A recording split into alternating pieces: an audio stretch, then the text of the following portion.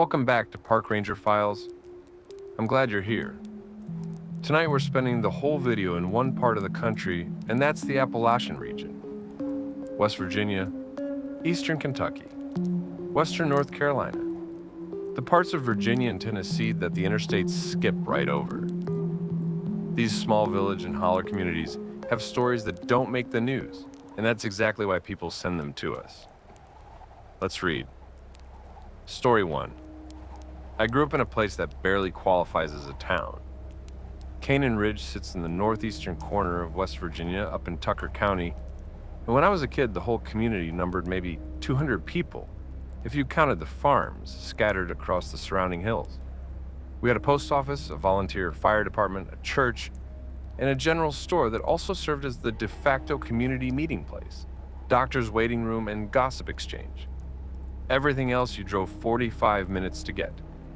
It was isolated the way those ridge communities tend to be. Not just geographically, but culturally, like it existed slightly outside of normal time.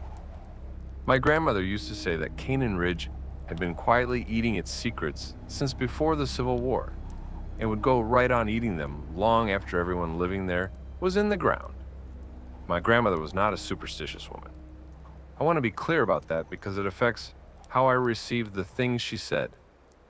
She was a practical mountain woman who had raised 4 children in that house, worked the kitchen garden every year until she was 79, and attended the same church for 62 consecutive years without, as far as I could tell, uncritically accepting everything she was told there. She had a very clear sorting mechanism for what was real and what wasn't, and the things she put in the real category, the things she discussed with the same matter-of-fact directness, she'd use to tell you the garden needed rain. Those are the things I've thought about most in my adult life. She told me once, when I was probably 12 or 13, that the ridge above the community had always had something living on it that wasn't an animal you could name. She didn't say it to frighten me, and she didn't say it dramatically. She said it in the context of telling me to come in before dark when I was out on the hill. And when I pressed her on why, she looked at me with the expression she had when she was deciding how much to explain versus how much to simply state. She said, "There's something on that ridge that's been there longer than any family in this community, and it does its business, and we do ours. And as long as we remember to do our business inside before dark, those two things stay separate." That was the complete explanation. I didn't get more than that from her. But I've thought about the structure of it many times since.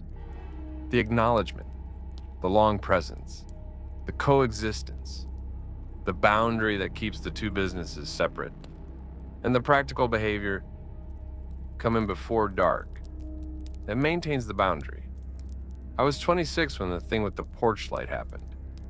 I had come back from a 2-year stint working in Pittsburgh for reasons I won't get into here. Suffice to say, it didn't work out, and I needed to go home and regroup.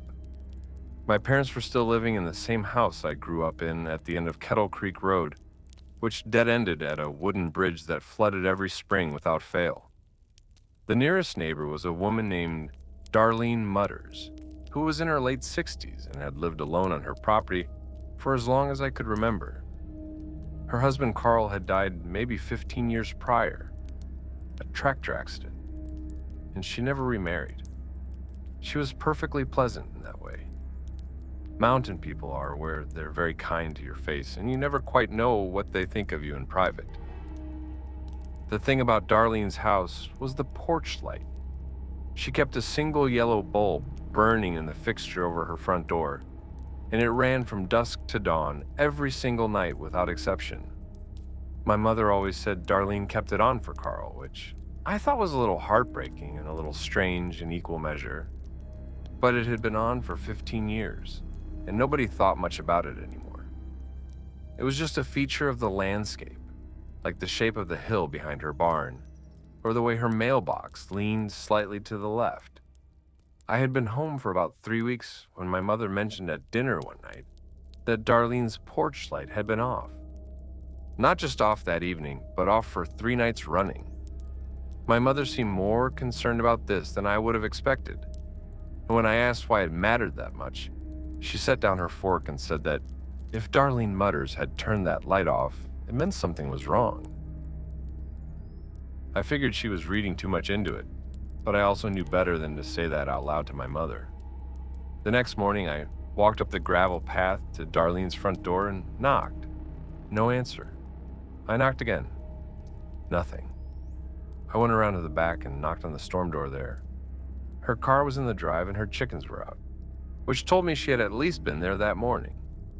Eventually, I tried the front one more time and she answered, looking perfectly fine physically, dressed for the day, coffee mug in hand. She seemed surprised to see me, and I explained that my mother had noticed the porch light and asked me to check in. Darlene smiled in a polite but closed-off way and told me she had simply decided to stop leaving it on. Said it was time. I told her that was fine, and we said our goodbyes, and I went home and relayed the conversation to my mother, who did not appear reassured in the least. That night, I was out on our own porch around 10 o'clock having a cigarette. I was trying to quit and mostly failing, when I noticed a light moving on the hillside above Darlene's property. This wasn't unusual in itself because deer hunters and coyote callers would sometimes be out on the ridge at night with flashlights or headlamps. But what struck me was the way it was moving, not in the sweeping back and forth pattern of someone looking for an animal or scanning terrain. It was moving in a slow, deliberate circuit, almost like it was tracing the perimeter of something, a fence line maybe, or a property edge. I watched it for maybe 15 minutes before it stopped moving entirely and just sat still up on the ridge. After another few minutes, it went out. I stubbed out my cigarette and went inside and didn't think too much of it. 2 mornings later, my mother told me Darlene's car was gone and had been since the day before. She had walked up the road to check in person, and nobody came to the door.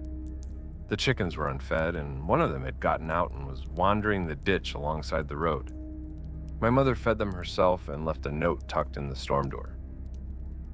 We called the county sheriff's non-emergency line that afternoon, and a deputy came out the following morning.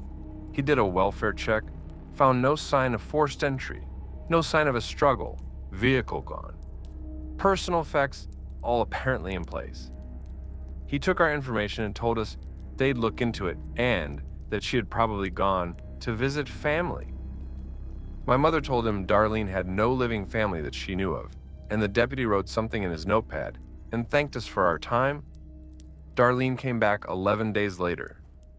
I was outside splitting wood when her car rolled up the gravel drive and she got out looking thin and drawn, like she had been sick or hadn't been sleeping. I called over to her and asked if she was all right, and she waved at me with a tight little smile and went inside without a word. The porch light came on that evening. It has been on every night since. My mother went to see her a week after she got back. She wouldn't say much about what Darlene told her, and my mother is not a woman who keeps information to herself unless she thinks it needs to be kept, so whatever it was something. The only thing my mother told me was this.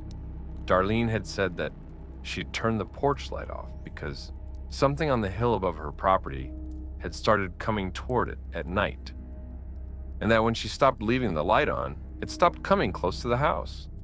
So she went and stayed with a friend in Parsons for a week and a half, and only came back when she felt like enough time had passed. I asked my mother what was coming toward the light, and my mother shook her head and said Darlene didn't know, had never gotten close enough to see it, and had no desire to. She just knew it was attracted to the light, and so she took the light away, and then she took herself away too. And now she was back, and the light was back on, and I asked my mother why she turned the light back on if it attracted whatever it was. My mother thought about that for a second and said she thought Darlene felt safer with it on, that she would rather have the light burning and know what was out there circling the edge of her yard than have the light off and not know where it was at all. I kept thinking about it in the months that followed. I'm the kind of person who needs things to resolve, who needs the ends tied, and this was an end that refused to tie. I tried a few times to bring it up with my mother again. Not in a pressing way, more in the way you circle something that's sitting at the edge of your thinking and wants to be addressed. She was consistent in not wanting to discuss it further. That alone told me something because, as I said, my mother is not a woman who avoids things without a reason. The night I remember most from those 8 months was a Tuesday in January, maybe 5 months into my stay. A hard winter night with the temperature down into the single digits and ice on every surface, and the silence that comes with serious cold. That muffled winter silence where even the house sounds seemed dampened. I couldn't sleep, and I was sitting in the dark of the front room looking out the window down the road, the way you look at things in the middle of the night, when there's nothing specific you're looking at. Darlene's porch light was on, that yellow light in the fixture over her door, throwing its small circle onto the snow of her front steps. And on the edge of that circle, just at the point where the light died away into the dark, something was standing. I couldn't see it clearly. The distance was too great, and the night too dark outside the lit portion.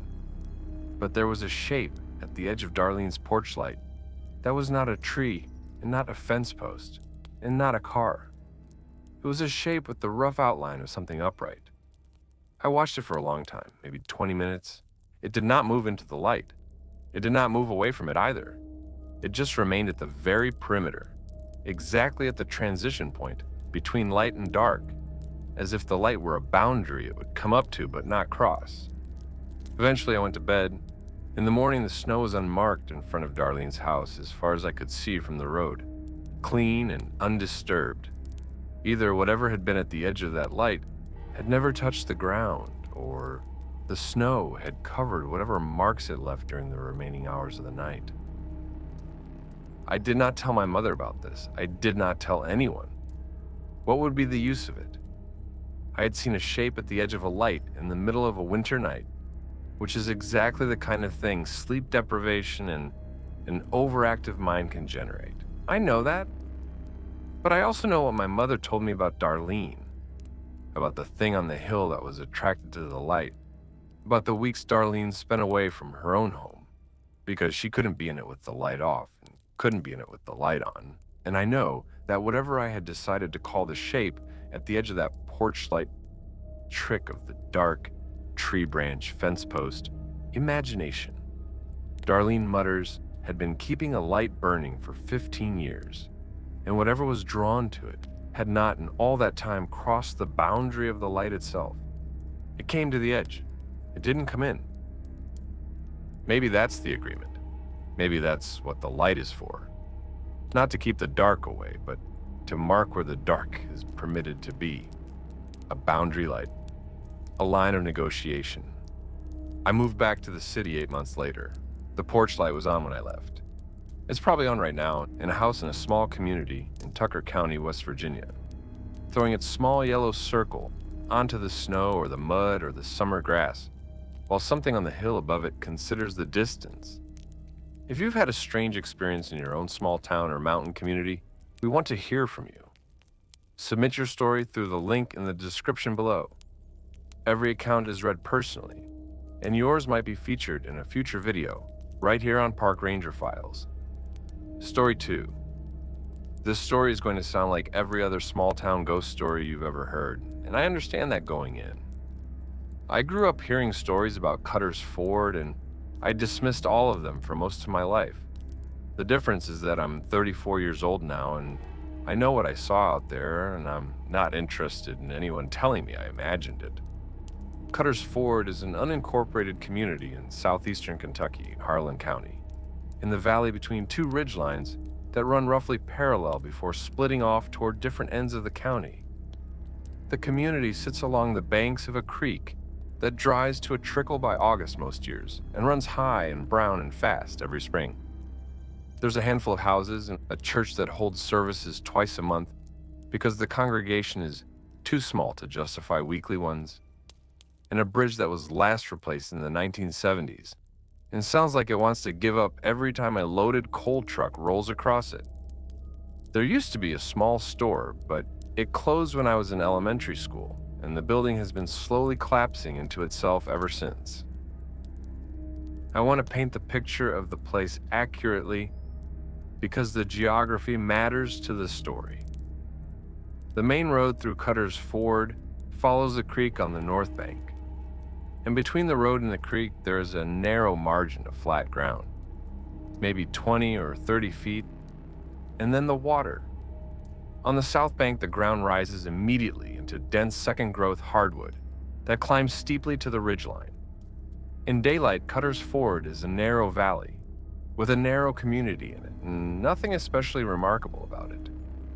In the evening, as the shadow of the south ridge comes over early and the bottom loses light before the hilltops, there's a character to the place that is harder to characterize, but unmistakable if you felt it.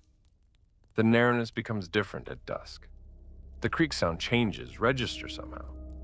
The hills press in. It's the kind of place that is fully different at night from what it is in the day, not in any specific identifiable way, but in total, holistically, the way some places just are different when the light goes. My family has connections to Harlan County going back generations, though I was born in Lexington and grew up there. I came back to Cutter's Ford for family events and funerals and holidays, and I knew the community the way second-generation people know the place their family came from. Well enough to navigate it, not well enough to understand it in the way people who've lived it their whole lives understand it. Terrell is the one who understands it that way, and Terrell is the one who told me what I'm about to tell you. I moved away at 18 and came back to visit my aunt and uncle during summers for a few years after that. And then life got busy and the visits dropped off, and then my uncle passed away, and I came back for the funeral and realized I hadn't set foot in Harlan County in almost 7 years. That was 2 years ago.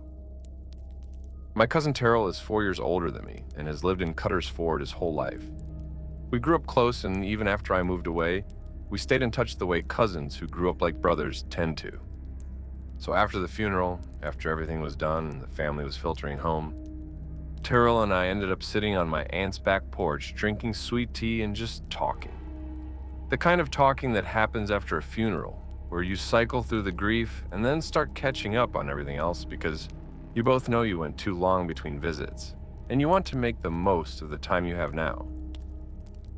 At some point, it was probably 11 at night, maybe later, Terrell mentioned that he'd had what he called a situation out near the old crossing. That was what locals called the spot, about 3/4 of a mile downstream from the main bridge, where the creek ran through a natural stone chute and you could ford it on foot if the water was low enough. There used to be a road there, just a dirt track really, before the county rerouted things decades ago. The track is still visible if you know where to look, overgrown and sinking back into the hill. Terrell is not a man who scares easily. He spent 8 years working in the mines before his back gave out, and is the kind of person who processes everything calmly and practically. So when he said he'd had a situation, I took it seriously. He told me it had happened twice, both times at night and both times when he had been out checking on a piece of property he leases for hunting on the far side of the creek. The first time he said he was coming back across the ford on foot, water maybe ankle deep that time of year, and he heard something upstream that he initially took to be another person. Footsteps in the water, heavy and deliberate, coming toward him from around the upstream bend where you couldn't see more than 20 feet before the creek curved into the dark. He called out, figuring it was maybe a neighbor or a kid messing around. Nothing answered, but the footsteps stopped. He crossed the rest of the way and kept moving and didn't think too much more about it that night. The second time, he said it was maybe 3 weeks later. He was crossing the same ford, going the other direction this time, heading out to check his trail cameras before first light. The water had come up a little from rain earlier that week, but it was still crossable. He was halfway across when whatever was upstream came around the bend. He stopped talking at this point and looked off toward the tree line at the bottom of my aunt's yard, and I let him sit with it for a moment before asking what it was. He shook his head slowly and said he didn't know exactly. It was on the far bank upstream, moving along the water's edge in a way that didn't track right, not walking. He was specific about that. More like a loping movement, body low to the ground, but upright, not on all fours.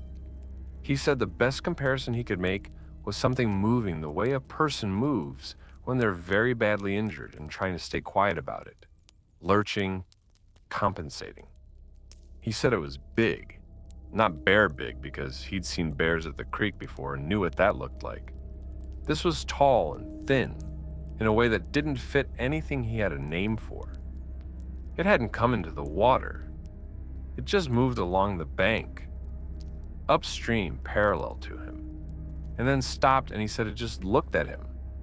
He couldn't see a face, it was too dark and too far, but he had the absolute certainty of being watched in the way you sometimes do in the dark, when you can't confirm it, but you know. He got across the creek and onto the far bank and moved quickly toward the property, and eventually whatever it was didn't follow, or at least he didn't hear it follow. And he did his checking and came back by the bridge road instead of the ford.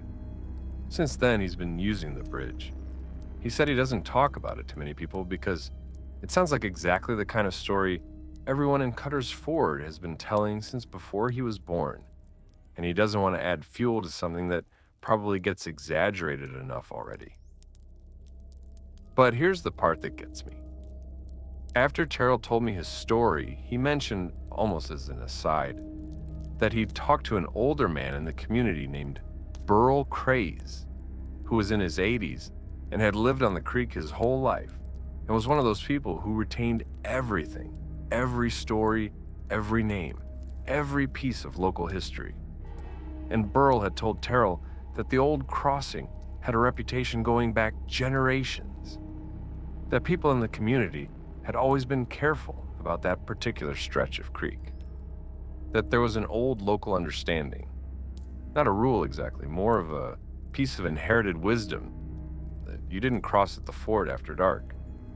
You went the long way around on the road. You didn't cross at the ford? Terrell hadn't known that before his own experiences. He'd grown up in Cutter's Ford his whole life and somehow never heard that particular piece of inherited wisdom until after he'd gone and learned it the hard way on his own. He went quiet again after telling me that, and we finished our tea, and I went back inside and I lay awake for a while in my aunt's spare room, listening to the creek sound carry through the window screen in the dark. It runs a couple 100 yards from the back of the property. And I lay there and thought about what my cousin said, and I thought about the generations of people in that little community who knew without being told formally that you didn't cross certain water after dark. And I thought about how knowledge like that doesn't just appear, how it comes from somewhere, how something has to happen more than once before enough people know about it that it becomes part of the unspoken rules of a place. I drove out of Harlan County the next morning. I didn't go near the ford. I've thought about Terrell's story in the time since then, specifically about the aspect of it that I find most compelling and most unsettling, which is the intergenerational piece. The old understanding that Burl Crace described. The piece of inherited wisdom that said, you didn't cross at the ford after dark, and you went the long way around on the road. That kind of local knowledge doesn't arrive fully formed. Something generates it. Something happens once or multiple times to enough people that the community develops a collective response to it, and that response gets encoded as informal rule and passed along with just enough fidelity to survive into the next generation. The specific experience loses its edges over time and becomes an instinct, a piece of understood local behavior. Don't cross the ford after dark. Don't ask why, just don't. The question I find myself sitting with is, how many places have knowledge like that which has either been forgotten or was never transmitted clearly enough to survive? Communities that were disrupted by the decline of the coal industry, by outmigration, by the economic pressures that broke up so many of these hollow communities over the last century. Maybe the people who carried the specific old understandings moved away and the understandings moved with them, or didn't move with them, got left behind in the hollow with everything else that couldn't be packed and transported. And then somebody comes back, or somebody new settles there, and they don't have the understanding because nobody was left to give it to them. They don't know not to cross at the ford after dark, and they find out the way Terrell found out, on their own, in the water, with something loping parallel to them on the far bank. Terrell told me something else before I left Harlan County that I almost forgot to include. He said that after the second time at the ford, after he talked to Burl Crace and gotten the context for what had been reported there over generations, he'd driven out to the ford in daylight and just stood on the bank and looked. Not going in, just standing there on the gravel margin where the water was shallow and clear and perfectly ordinary looking in the afternoon sun. He said he stood there for a while, just looking at the creek and the trees and the bend upstream where the thing had come around. And after a while, he said something out loud. Not anything specific. He couldn't remember the exact words, something like an acknowledgement. Something along the lines of, "I know this is your place and I'll respect that from now on." He said it felt ridiculous the moment he did it. Standing on a gravel creek bank in southeastern Kentucky, talking to nothing visible in broad daylight. He felt like a fool. But he also said it felt, in some way he couldn't articulate, like the right thing to do, like the appropriate response to having crossed into someone else's terms without permission and having been clearly communicated to about it. You acknowledge the terms, you commit to respecting them, and you mean it. He's used the bridge road since then every time, as he said, no exceptions. And he said the feeling that he'd been carrying around since those 2 nights at the ford, that low constant background unease, had lifted after he stood on the bank and said what he said. Not completely, but enough to know that something had registered. I don't know what to make of that. I really don't. But I think Terrell is one of the most clear-headed people I know, and if he felt the terms had been acknowledged, I'm not in a position to argue with him about it. Story 3. I want to be upfront that I'm not a superstitious person. I have a degree in civil engineering. I've spent 15 years building bridges and retaining walls in some of the most remote parts of the eastern United States, and I deal in measurements and load tolerances and what I can verify and confirm. I say this not because it makes my story more credible. I understand it doesn't work that way, but because I want you to understand the kind of person who is telling it. I was doing a site assessment in Greenbrier County, West Virginia, working on a small bridge replacement project for a county roads department. The work was in a hollow. They call them hollers there, called Mill Holler, which I'm told takes its name from a grist mill that burned down in the 1930s. The community that surrounds it is small enough that I hesitate to call it a community. There's a cluster of about 6 houses within a mile of each other, and then scattered properties beyond that. My company was putting me up in a rental property that was owned by a man named Glenn, who I dealt with only by phone and email. The house was old, but had been reasonably updated inside. Sat back from the gravel road on a flat bench cut into the hillside, and overlooked a small field that ran down to the tree line about 100 yards away. There was a newer house on the property as well, about 50 yards up the hill, and that was where the owners lived when they were in residence, though Glenn told me they were in Florida for the fall and winter, and I'd have the place to myself. I was out there for 9 days total, and for the first 6, everything was normal. Early mornings on site, evenings eating takeout from a gas station 20 minutes down the valley, because that was the closest thing to a restaurant, reading and sleeping. Quiet and unremarkable. On the 7th night, I woke up at what my phone said was 2:18 in the morning to the sound of the front door. Not opening. I want to be precise about this, but the sound of the knob being tried. A quiet working of the mechanism, a slight rattle. I lay still for a moment, thinking I might have dreamed it, and then it happened again. 2 or 3 attempts, not forceful, almost exploratory. I got up and checked the door. It was locked. I stood there and listened, and I could hear, very faintly, what sounded like footsteps on the porch boards. I have a very practical mind when I'm stressed, so I went and got my work flashlight, a heavy mag light I'd had for years, and checked every window and both doors to make sure they were secured. Everything was locked. I went back to bed, but I wasn't going to sleep. I lay there and listened and after maybe 10 minutes, I heard what I can only describe as a presence moving around the exterior of the house. Not dramatic, not crashing through the shrubbery, just a subtle, systematic movement, a creak of porch board here, the soft compression of gravel there, the occasional brush of something against the siding. It made one full circuit of the house, and then, as far as I could tell, it stopped. I stayed awake until first light, and then I went outside and looked around the perimeter of the house. The ground at the base of the siding was soft enough in a few places, and I found what looked like shoe prints. Not boot prints, not barefoot prints, regular shoe prints, like from a sneaker or casual shoe.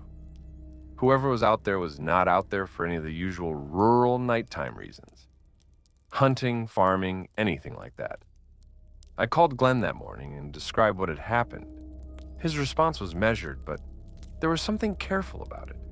Something where I could tell he was choosing his words. He apologized and asked me if everything was intact, if anything had been disturbed or taken. I told him no. He said that was good, and he was sorry for the disturbance, and he'd make some calls. I pressed him and asked if this had happened before, and there was a pause, and he said there was a fellow in the holler who had some issues and that he'd take care of it and it wouldn't happen again. That satisfied me enough to let it go in the moment. But that night, as I was eating my gas station dinner and thinking about it, I became more and more bothered by the specifics. Because what kind of fellow with some issues circles a house in the middle of the night? Silently, systematically, without forcing entry or breaking anything? That's not someone in a mental health crisis wandering around. That's someone who is completely in control of what they're doing and fully aware that they're walking around someone's house at 2 a.m. The control of it was the thing that bothered me. The silence, the patience. Nothing happened on night 8. On night 9, my last night, I woke up at 3:40 in the morning for no reason I could identify. No sound, no specific disturbance. I just came fully awake the way you sometimes do and lay there in the dark. And then very gradually, I became aware of a sound outside the window nearest my bed. A quiet, rhythmic sound that I couldn't place immediately. It took me almost a full minute of listening before I identified it. It was humming. Someone outside my window was humming a song. Very quiet, not performing, not trying to be heard. More like someone walking and humming absently to themselves. Except they weren't walking, they were just standing there outside my window in the middle of the night in Mill Holler, West Virginia, humming something I didn't recognize. It stopped after maybe 2 minutes, and I didn't hear anything else that night. I packed up my things the next morning, finished my last few hours of site work, and drove back to my home state without stopping. I filed my project report from home and emailed Glenn to let him know I'd vacated. He replied thanking me and saying he hoped I'd had a comfortable stay. I did not. I've told this story to a few people since it happened, and the response is usually some version of it. It was probably a local person with mental health issues who wanders at night, which is not an unreasonable suggestion and one I've considered seriously. But here's the problem with that explanation, or rather the thing about it that I find insufficient when I apply my professional training and analysis to it. The behavior I observed was not disorganized. It was systematic. The full circuit of the house, every exterior wall, checked in order with what appeared to be methodical attention paid to each window and door, is not the behavior of someone wandering in a confused mental state. It is the behavior of someone conducting an inspection. And the humming. I keep coming back to the humming. What I heard on my last night was not a person in crisis making noise. It was someone standing outside a window in the early morning hours, humming something quietly to themselves, in the specific cadence of someone doing something familiar that requires enough attention to make them want music, but not so much that the music interferes. The way a person hums while doing a household task, comfortable, self-contained. As if standing outside someone's bedroom window at 4 a.m. in Mill Holler, West Virginia was simply a thing they did and they were settled in the doing of it. That self-containment is what I can't rationalize away. A person in a mental health crisis who wanders at night has a certain quality to their movement and their behavior, a quality of disorientation, of not quite rightness relative to the situation, of someone who is operating outside the normal terms. What I heard through my window was someone operating comfortably within their own terms. Someone for whom standing outside that specific window and humming at that specific hour was as ordinary as anything they did. I don't know whose terms those are. I don't know what kind of person or what kind of thing operates under terms like that.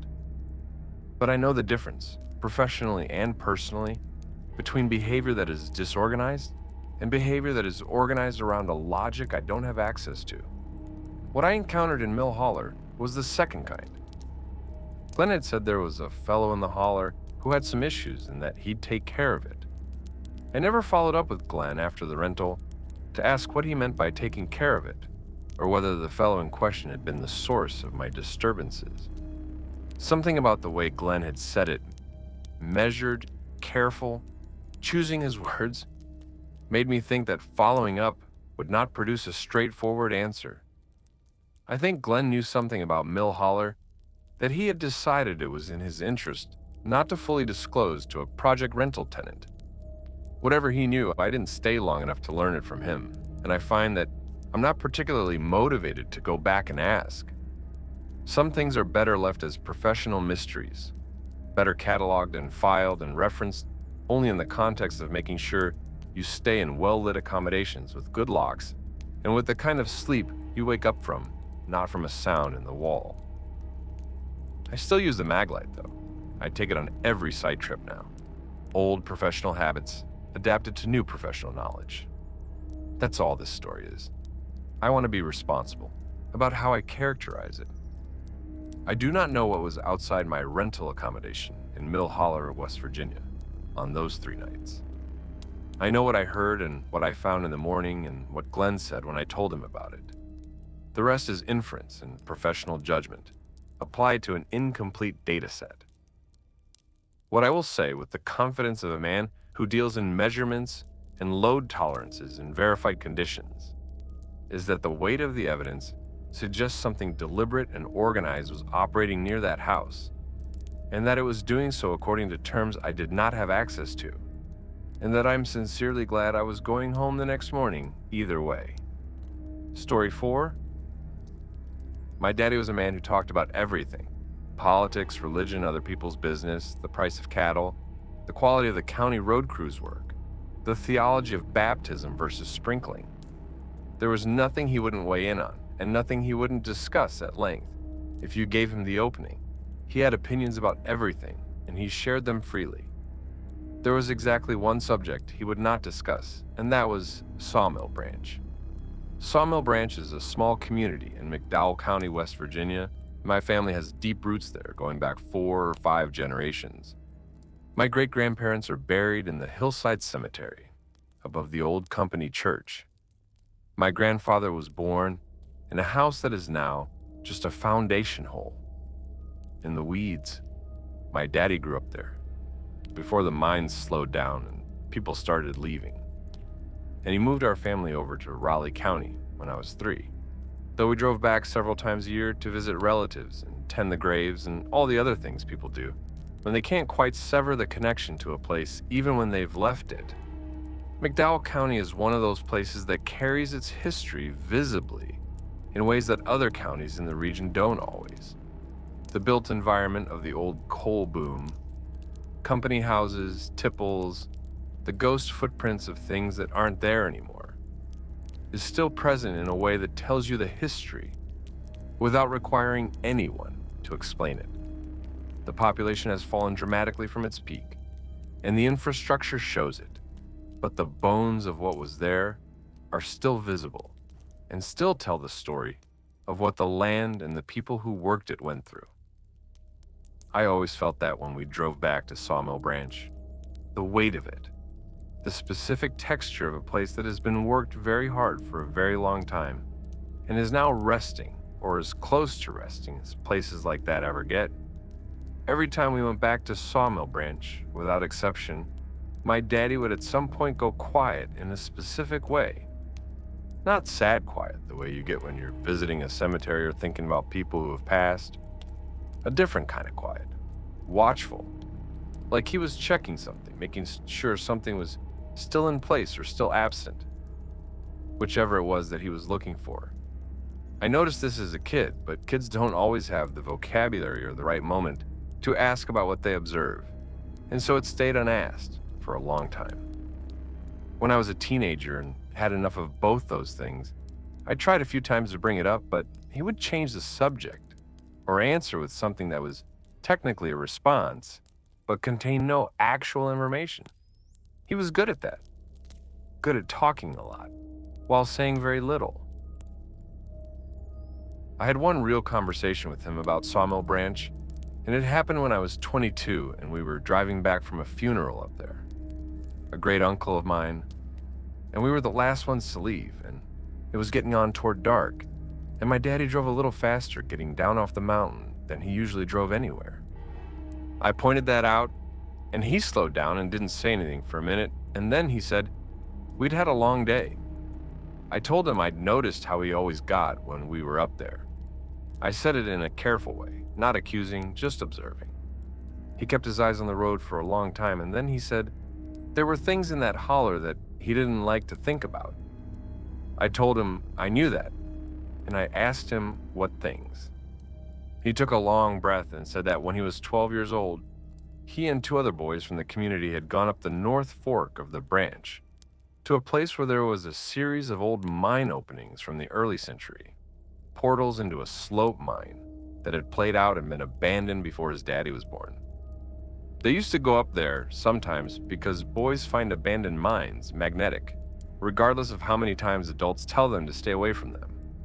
The portals had mostly collapsed, except for one that you could still get into maybe 10 or 15 feet before the roof got too low.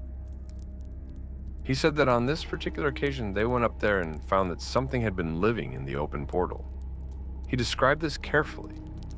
Nesting materials, food remains, what he recognized even at 12 as bones from animals, and scratched into the rock face on the inside of the opening, scratched deeply and with some force, were marks that he said were not letters and not any kind of symbol he ever identified, but that were clearly made deliberately, carefully, the way a person marks something with intention and not by accident.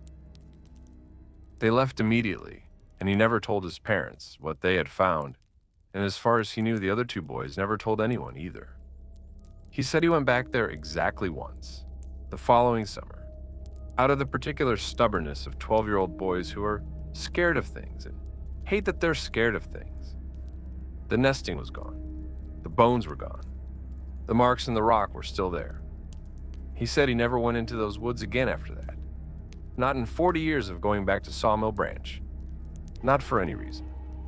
He stayed on the road and in the yards and in the church and in the cemetery, and he let whatever was up there in those old mine openings do whatever it did, and he gave it its space. I asked him what he thought it was, and he shook his head and said he didn't know, had never found out, and hadn't tried to find out. He said some things in those old mountains had been there a long time before any of the families who settled the hollows came and put up their houses and sank their mines and planted their gardens and had their children. And that those things didn't generally bother anybody, as long as nobody bothered them first. Then he turned the radio on, and we drove the rest of the way home in the sound of an AM station playing old country music, and he never mentioned Sawmill Branch that way again, not in the years he had left before he passed. But I want to add something from my own experience that I've never told anyone in the family. 2 summers ago, I went back to Sawmill Branch by myself. I visited the graves and walked the road and stood in front of the foundation hole where my grandfather's childhood house used to be. I did the things you do when you return to the place your family came from, and you're the generation that knows the story but wasn't there for any of it. I was there a few hours, total, and mostly it was quiet and still and had the melancholy quality those depopulated mining communities always have. All that energy and life that once filled a place and then drained out over decades, until what's left is landscape. When I was ready to leave, I drove back out on the hollow road toward the county road, and on impulse I turned up a track to the north that I thought might be the one my daddy had described. The track was barely there. Just two faint ruts in the vegetation on a slope that got steep quickly. I drove up maybe a quarter mile to where the track ended in a wide spot, and then I got out and looked up the hill. The mine portals were gone, or more precisely, they'd collapsed fully since my daddy's time. Nothing visible now but a slight depression in the hillside that you'd have to know to look for. The forest up there was second or third growth, dense with the particular density of Appalachian hardwood in summer, and the light that filtered through it had that green underwater quality that mountain forests get on overcast days. I stood in my car and looked up the hill for a while. I wasn't going to go up there. I want to be clear about that. I had made that decision before I turned up the track. I just wanted to see the hill. I wanted to know what my daddy had been looking away from all those years. I stood there for maybe 5 minutes. The forest was quiet. Not the active quiet of a place where wildlife is going about its business, but the specific loaded quiet of a place that is aware of you. I know that sounds like an invented distinction, but if you spend time in wild country, you know the difference between those two kinds of quiet, and you feel it physically, in the chest, in the back of the neck. After about 5 minutes, I heard something in the trees up the hill. Not close, maybe 100 yards up the slope. Not loud. A slow, deliberate sound of something moving through the undergrowth, not crashing through it the way a deer does when startled, but steady and purposeful. Moving laterally across the slope above me, parallel to where I was standing. Not coming toward me, but also not moving away. Just moving, letting me hear it moving. I got back in my car and drove down off that hill and out of Sawmill Branch and didn't stop until I hit the county road. My daddy was right. Some things in those old mountains have been there since before the families came, and they don't need you to understand them. They just need you to recognize that they're there, to make the calculation my daddy made, and the one I made at the bottom of that hill, and to respect the distance. I went up to Sawmill Branch by myself 2 summers ago. I visited the graves, and I walked the road and I looked up the North Fork toward the ridge where those old portals are supposed to be. And I made the same calculation my daddy made when he was 12 years old. And then I got back in my truck and drove down off the mountain before dark. Some things in those old mountains have been there a long time. My daddy was right about that. Story 5.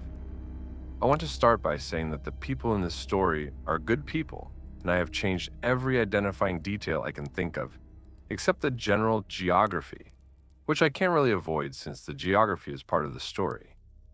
I lived for 2.5 years in a small community in Scott County, Virginia, in the folded mountain country up near the Kentucky and Tennessee lines. I had relocated there for work.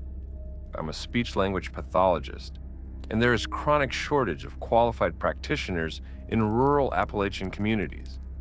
And I had a caseload that covered 2 counties and kept me on mountain roads more hours a week than I want to think about. I rented a house from a family named Hensley, Earl and Doris Hensley, probably in their early 70s, who owned a modest amount of land on the east face of Clinch Mountain and had been there their entire lives. Their son and his wife lived in a newer house on the lower part of the property, and their grandson Wyatt, who was about 19 when I moved in, helped Earl with the property work and checked in on me during winter to make sure my pipes hadn't frozen and my driveway was passable. Wyatt was one of those young people who seems ancient in the way that people raised in rural mountain communities sometimes do. Not naive about the world, but accustomed to a different version of it. He knew the land the way people who have worked it for generations know it. Its moods, its seasonal patterns, which parts of the property drained poorly, where the spring seep was that ran dry in August, which of the old logging roads were still passable, and which had grown over to the point of being impassable. He was also perceptive in the way that quiet people often are, and he didn't say things he didn't mean. In my first winter there, I started noticing that the deer on the property were behaving strangely. I realize that sounds like a very minor observation, but I had been watching deer in rural settings long enough to know that their behavior is usually consistent. They move in predictable patterns, feed at predictable times, bolt in predictable directions when startled. What I started seeing that winter was deer that weren't feeding, that would stand in the field below my house and face uphill, toward the ridge, and stand motionless for long periods. Not the frozen alertness of a deer that has scented something and is deciding whether to run.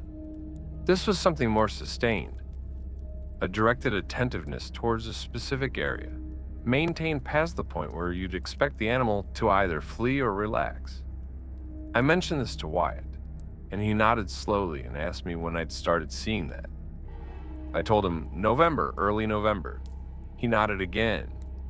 He told me there was something on the upper part of the mountain that came down some winters and not others, and that when it did come down, the deer always knew about it before anything else did.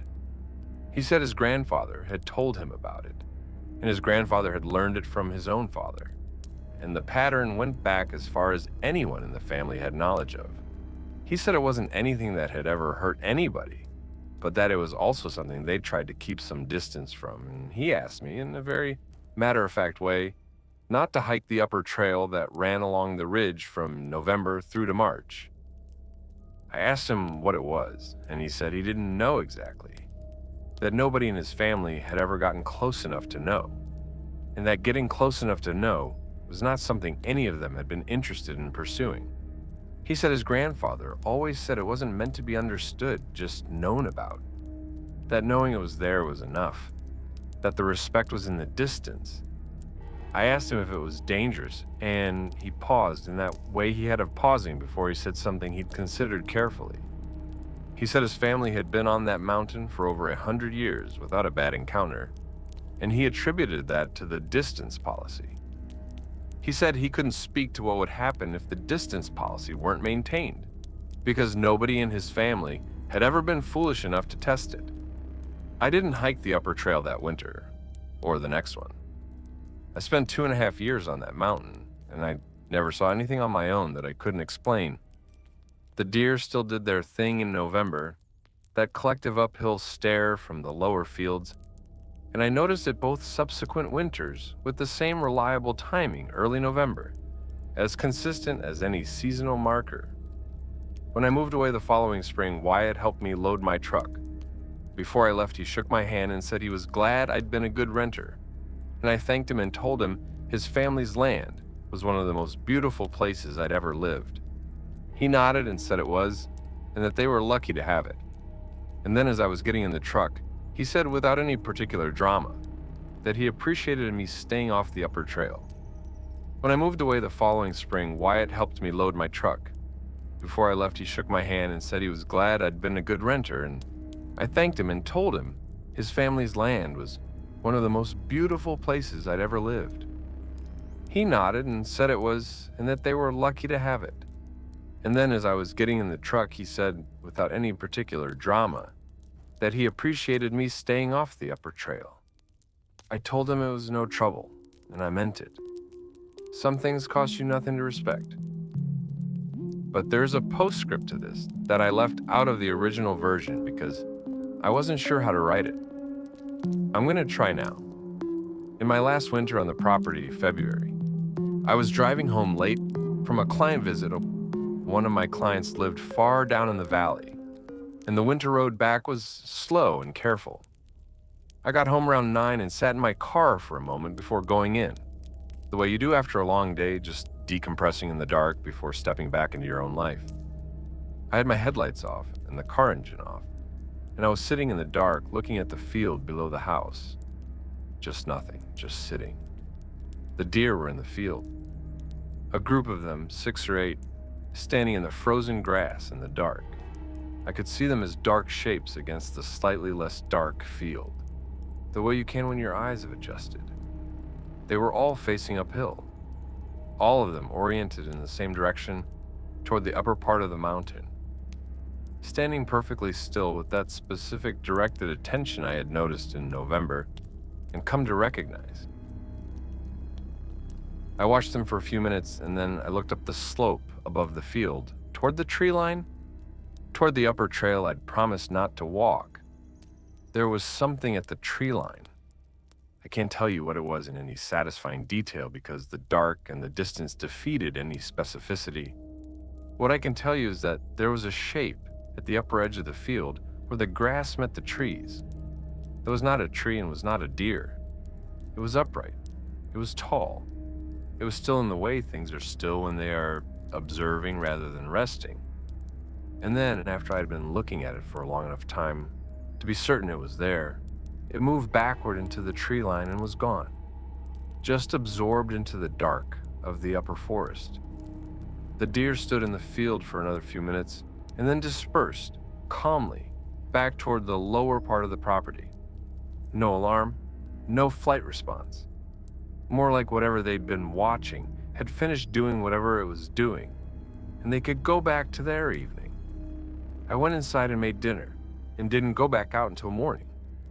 I didn't tell Wyatt about this. It felt like telling him would have been asking something of him that wasn't mine to ask. He'd given me the information I needed. The rest was between me and whatever I chose to do with it. And what I chose to do was stay off the upper trail for the remainder of my tenancy and feel grateful every morning that there was an inherited understanding in that family, clear enough and strong enough that it had made its way to me. I told him it was no trouble, and I meant it. I told him it was no trouble, and I meant it. But there is a postscript to this that I left out of the original version because I wasn't sure how to write it. I'm going to try now. In my last winter on the property, February, I was driving home late from a client visit. One of my clients lived far down in the valley, and the winter road back was slow and careful. I got home around 9 and sat in my car for a moment before going in, the way you do after a long day, just decompressing in the dark, before stepping back into your own life. I had my headlights off and the car engine off, and I was sitting in the dark, looking at the field below the house. Just nothing, just sitting. The deer were in the field, a group of them, 6 or 8, standing in the frozen grass in the dark. I could see them as dark shapes against the slightly less dark field, the way you can when your eyes have adjusted. They were all facing uphill, all of them oriented in the same direction toward the upper part of the mountain. Standing perfectly still with that specific directed attention I had noticed in November and come to recognize. I watched them for a few minutes, and then I looked up the slope above the field toward the tree line, toward the upper trail I'd promised not to walk. There was something at the tree line. I can't tell you what it was in any satisfying detail because the dark and the distance defeated any specificity. What I can tell you is that there was a shape at the upper edge of the field where the grass met the trees. That was not a tree and was not a deer. It was upright. It was tall. It was still in the way things are still when they are observing rather than resting. And then, after I'd been looking at it for a long enough time to be certain it was there, it moved backward into the tree line and was gone, just absorbed into the dark of the upper forest. The deer stood in the field for another few minutes, and then dispersed, calmly back toward the lower part of the property. No alarm, no flight response.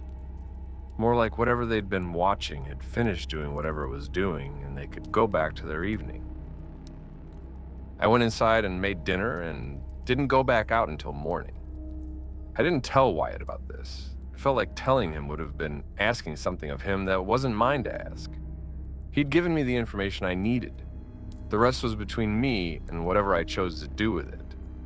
And what I chose to do was stay off the upper trail for the remainder of my tenancy and feel grateful every morning that there was an inherited understanding in that family, clear enough and strong enough that it had made its way to me.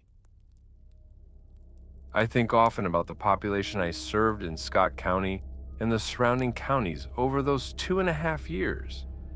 People with communication disorders, children with language delays, adults recovering from strokes, elderly individuals losing the language they'd had for 8 decades. The work of a speech-language pathologist is, at its core, the work of maintaining someone's connection to expression, making sure the channel stays open, making sure what needs to be communicated can be communicated. I think about Wyatt's family and what they had maintained across how many generations on that mountain. The channel of understanding that said the upper trail is not ours after November. The transmission of that understanding, year by year, parent to child, specific enough to be actionable.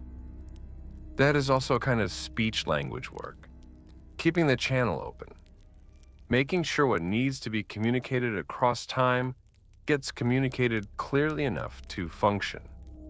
The Hensley family had kept that channel open for over 100 years. I was the beneficiary of it for 2.5 years. I don't take that lightly. Story 6. I am from a small community in Mingo County, West Virginia, and I want to share something that happened when I was in high school because it's been 18 years and I've never written it down for anyone, and I think it should be written down somewhere. There was a property at the end of Slate Lick Road that had been empty for as long as anyone I knew could remember. The house was a farmhouse style, 2 stories, white paint that had long since given up any pretense of being white, and it sat behind a rusted gate at the end of a lane that was barely visible from the main road if you didn't know it was there. The property had belonged to a family named Brewer, and it had been in that family for generations. But the last brewer who lived there had been a man named Clem Brewer, who died sometime in the 1980s, by which time he was apparently the only one left of the immediate family locally. After Clem, the property passed through some legal complications and ended up in a kind of limbo that I was never fully able to understand. The kind of thing that happens with rural property, when there's no clear air and nobody with any money or motivation to sort it out properly. When I was 16 during the summer between my sophomore and junior year of high school, 4 of us decided to go out to the old Brewer place at night. Standard teenage reasoning. It was there, it was supposedly haunted, it was something to do on a July night when you had nothing to do. The 4 of us were me, my best friend Cassie, a boy named Dylan, who had a truck, and a girl named Renee, who was dating Dylan at the time. We drove out Slate Lick Road at about 9:30, with a plan to poke around the exterior and possibly go inside, if the structure looked sound enough. The gate at the end of the lane was not locked, just latched, and we pushed it open and walked up to the house. The outbuildings on the property were in worse shape than the house itself, and one of them had partially collapsed. The house was standing, albeit barely straight, and someone had at some point boarded up the ground floor windows with plywood that had since warped and split in places.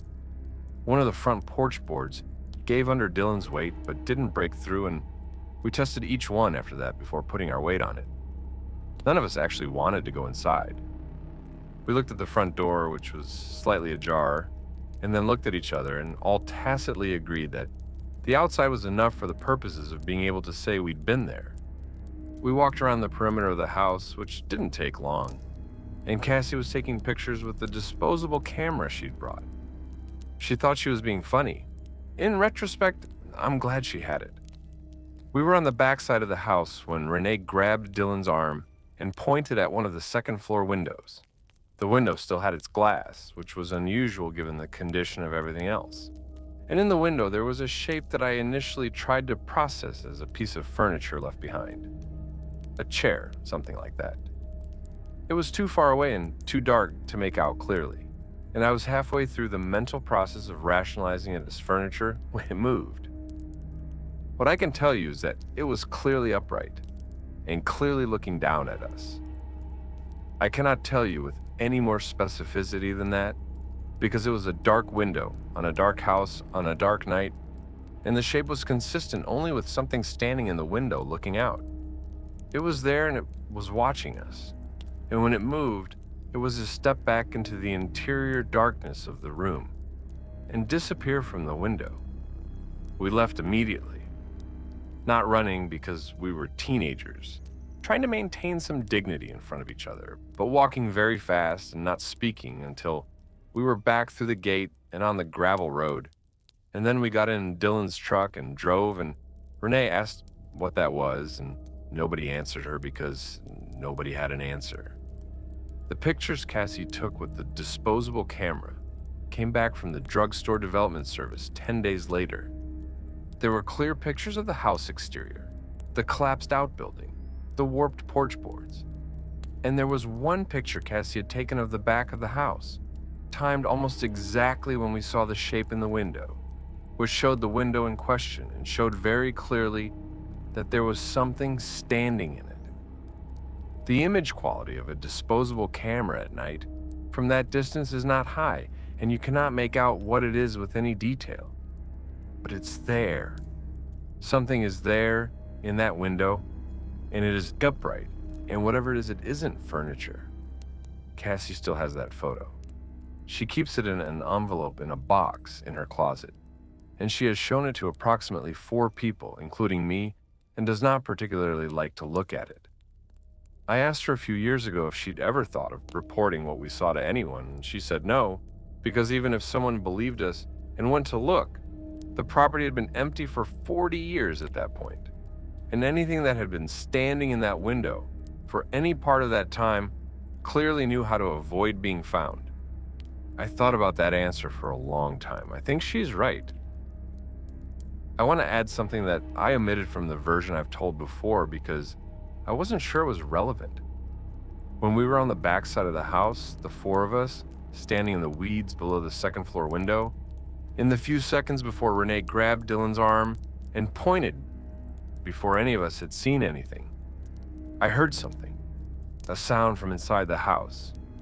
Not dramatic, not a scream or a crash or anything that would clock as obviously alarming, just a sound. A quiet, specific sound like a footstep on a wooden floor.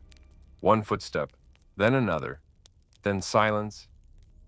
I didn't say anything about it in the moment because I told myself it was the house settling. Old houses do that, and I didn't want to be the person who started the panic. And then everything happened fast after that. Renee pointing, all of us looking up, the shape in the window, the movement. We left and we talked about what we'd seen in the window, and I completely forgot to mention what I'd heard before we saw it. The reason it matters is this. The shape moved back from the window in a specific direction. It stepped back and to its left, which from outside meant it moved toward the interior of the house and to the right if you were facing out.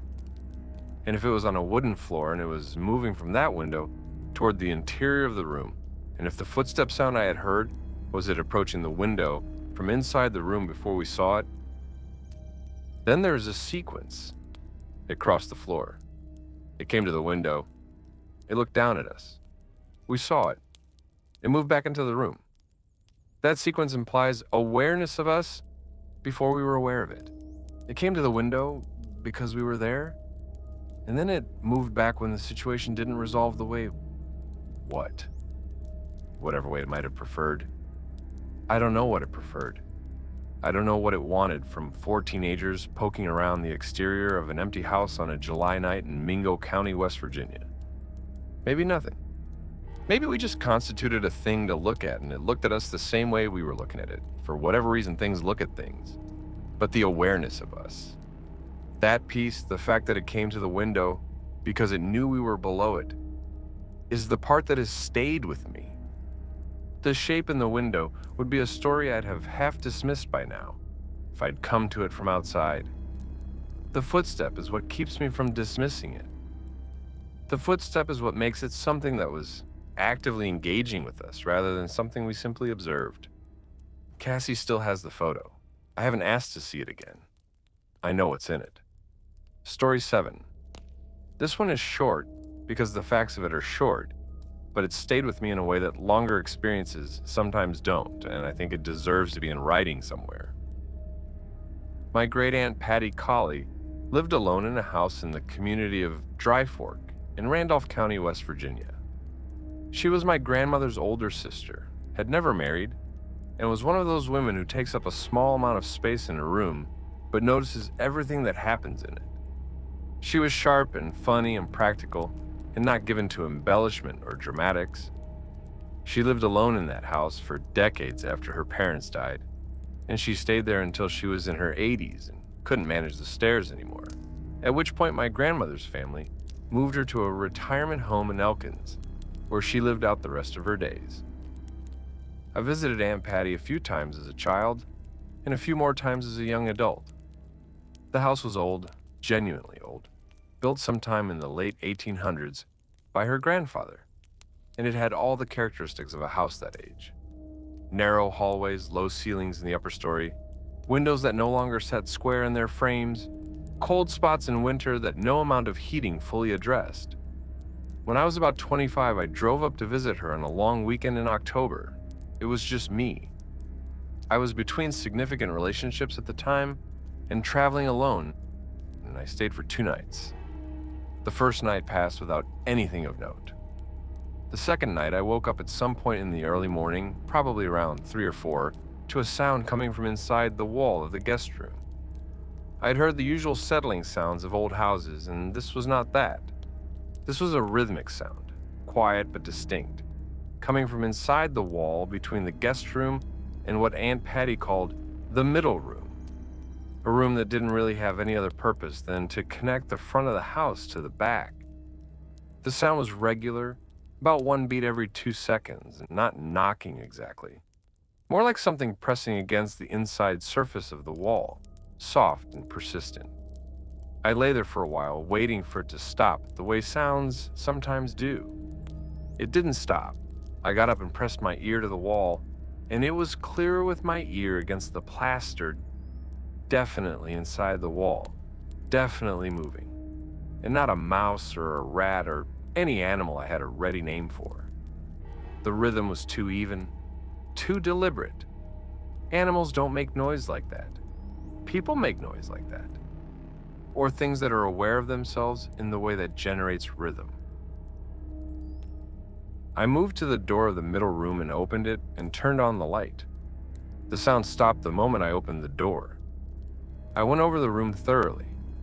It didn't take long. It was a small room with minimal furniture, and found nothing. I went back to bed and the sound did not resume. At breakfast the next morning, I asked Aunt Patty if she'd ever heard anything unusual in the walls, and she looked at me with that level look she had that meant she was deciding how much to tell me. Then she said that the middle room and the wall that shared with the guest room was the oldest part of the original structure, the part that had been built first, and that she had heard things in that part of the house her whole life, from the time she was a little girl in that house with her parents, and that she'd never found any explanation for it that satisfied her. She said she'd learned to leave the light on in the middle room at night, and that kept it quieter. She said she hadn't mentioned it before my visit because she hadn't wanted to worry me. I asked her what she thought it was. She poured herself more coffee and looked out the kitchen window toward the hillside behind the house and said she thought the house had been built over something that was already there. The way she said it was matter of fact, not ominous. The way you might say the house was built on a slope or the house was built near the creek. Just a statement of conditions. She'd made her peace with the conditions a long time ago and lived in that house for the better part of 8 decades anyway. Some people's peace is braver than others. I visited Dry Fork a couple more times since Aunt Patty moved to Elkins. The house is still in the family, managed by a cousin of mine, who rents it out seasonally as a vacation property. I stayed there once, about 3 years ago, with my husband, who had never been to that part of the state and was curious about the family history. I told him about the house, its age, the general details of Aunt Patty's tenancy, and when he asked if there was anything unusual about the place, I found myself in the position of deciding how much to tell him. I told him about the middle room and the wall and the sounds. I told him what Aunt Patty had said about the house being built over something older. He listened seriously, the way he does when he's deciding whether to take something at face value or file it under folklore. Then he said he was interested in going to sleep in that room if it was available, which it was, and that's what we did. He woke up before I did on the second morning. I was in the main guest room, the one I'd occupied before, and when I came downstairs, he was already at the kitchen table with coffee and a notebook, and he was writing something. He does that sometimes. He's a writer by profession, and when I asked what he was working on, he showed me what he'd written. He had been awake at about 3 in the morning and had heard the sound in the wall. He described it exactly as I described it to him. Rhythmic, deliberate, coming from inside the wall near the floor. He wrote that his immediate instinct had been to get up and bang on the wall the way I'd done years before, but instead he'd lain still and just listened and tried to document what he was hearing as precisely as possible. He wrote about the rhythm of it. He counted it out and got approximately 1 contact every 2 seconds, consistent over the 11 minutes he lay listening to it before it stopped. He wrote about the quality of the sound, which he described as soft, but with a slight resonance, like something with mass pressing against a hollow surface. He wrote that there was nothing mechanical about it, nothing that read as pipe noise or settling timber. He wrote that whatever was making the sound was doing so consistently enough that he found himself thinking of it as patient. He said it stopped at 3:34 by his phone and did not resume. He showed me the notebook and I sat and read what he had written, and when I looked up I said that matched exactly what I remembered, and he nodded and said that was what he thought. He wasn't scared, he wasn't spooked in any way that derailed the visit. He was simply interested in the way he gets interested in things that don't have ready explanations. He asked me if Aunt Patty had ever tried to find out what was underneath the house, and I said, not as far as I knew. He said he thought about that a lot in the following months. What it means to live 80 years in a house and know that you're living over something that does not have a name in any vocabulary you possess, and to carry on living there anyway, and to find a practical accommodation with it. Keep the light on in the middle room. Don't pry at what doesn't need to be pried at. Make your peace and go about your life. He said he found that more admirable than he expected to. Aunt Patty died at 91. She was sound to the very end, sharp as she'd always been, funny and observant and unruffled. She spent 80-some years in a house with something inside its walls that pressed against the plaster in the small hours of the morning, and she never let it define her or diminish her, and she lived her full life in full possession of herself. That's a kind of courage that doesn't get named as often as it should. Story 8. I grew up in Ashe County, North Carolina, right up near the Virginia state line in the Blue Ridge country, and I've spent most of my adult life not far from where I was born. I know the roads in my county the way most people know the rooms of their own house. I have driven them in every kind of weather at every hour of the day and night for 30-some years. Ashe County is the kind of place that people from the outside tend to characterize in one of 2 ways.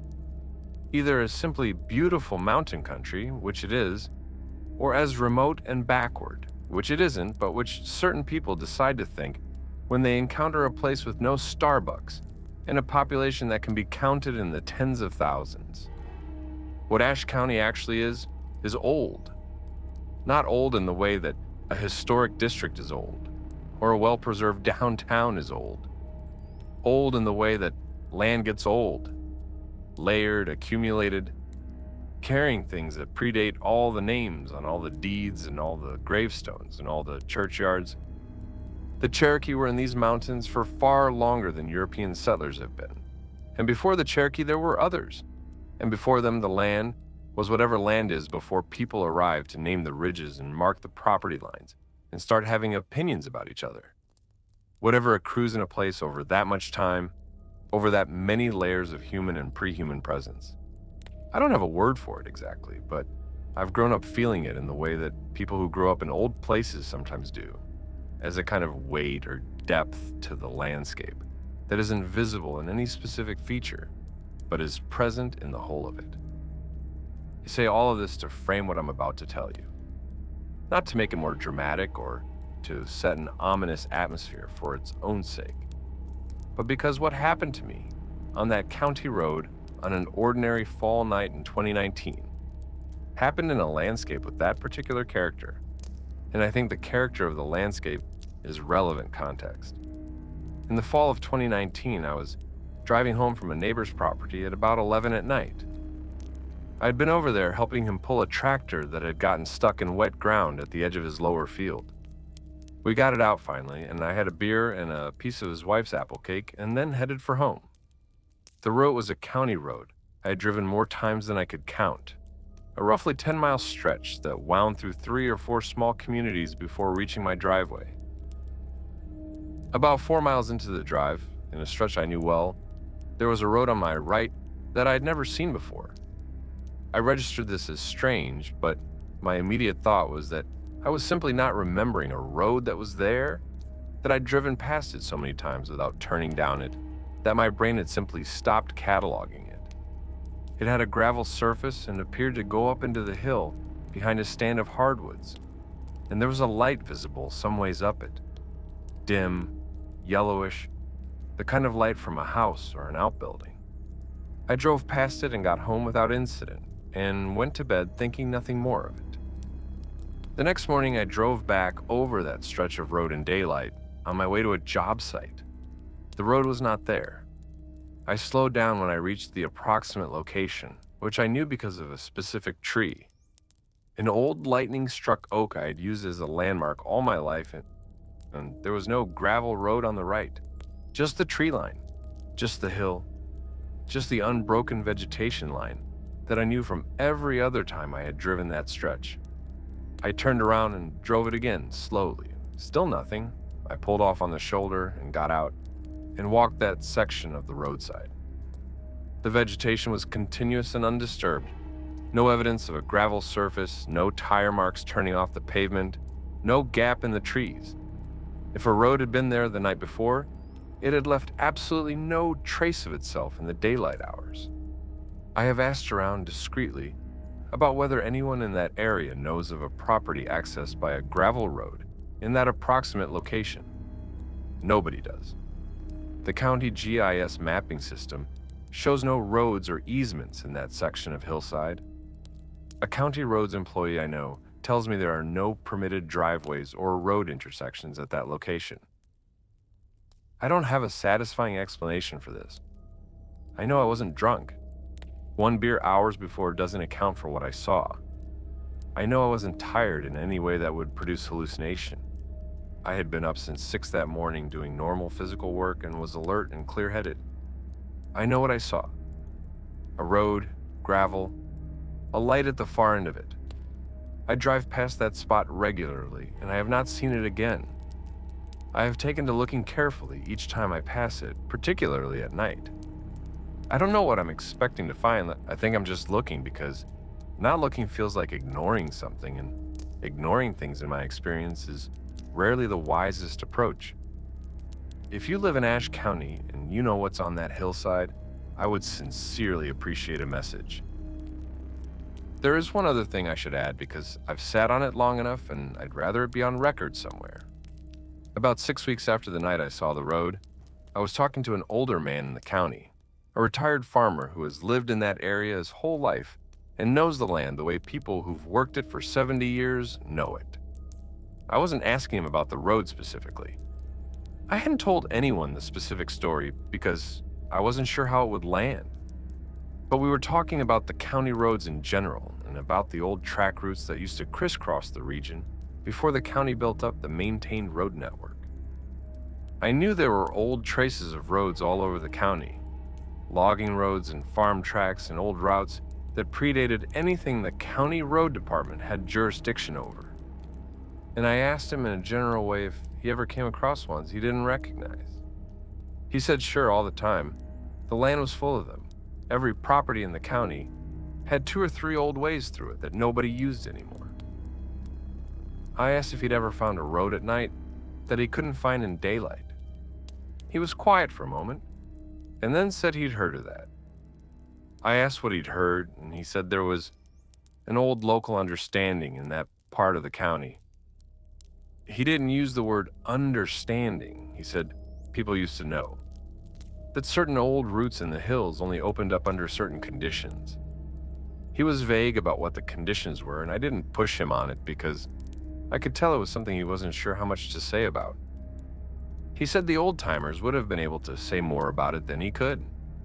He said some of the old road routes in those hills had been there longer than any deed in the county, and that whatever governed them wasn't the county roads department. I asked him if he knew which road I might have seen, and I gave him the approximate location by reference to the lightning-struck oak. He thought about it and said he didn't know that specific spot, but that the hillside behind it had some old reputation he couldn't put specifics to.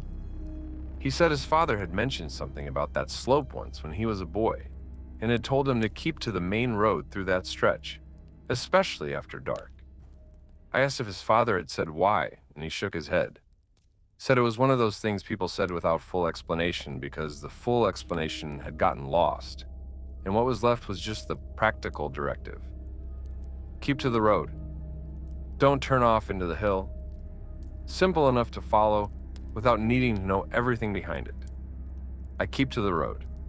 I do what the old directive says, and I look at the hillside every time I pass it in case the conditions are right again and the road shows itself, and I get to see whatever is at the end of it, glowing with that dim yellow light in the dark. Part of me wants to see it again. I know that's not sensible, but there's something about a door that appears and then doesn't appear that makes you want to understand what's on the other side of it. Even knowing that the door appearing only under certain conditions you can't control or predict is probably information in itself. Probably the most important information in the whole thing. We post news stories 3 times a week right here on Park Ranger Files. If this kind of content keeps you up at night in the best possible way, make sure you're subscribed so you don't miss a single upload.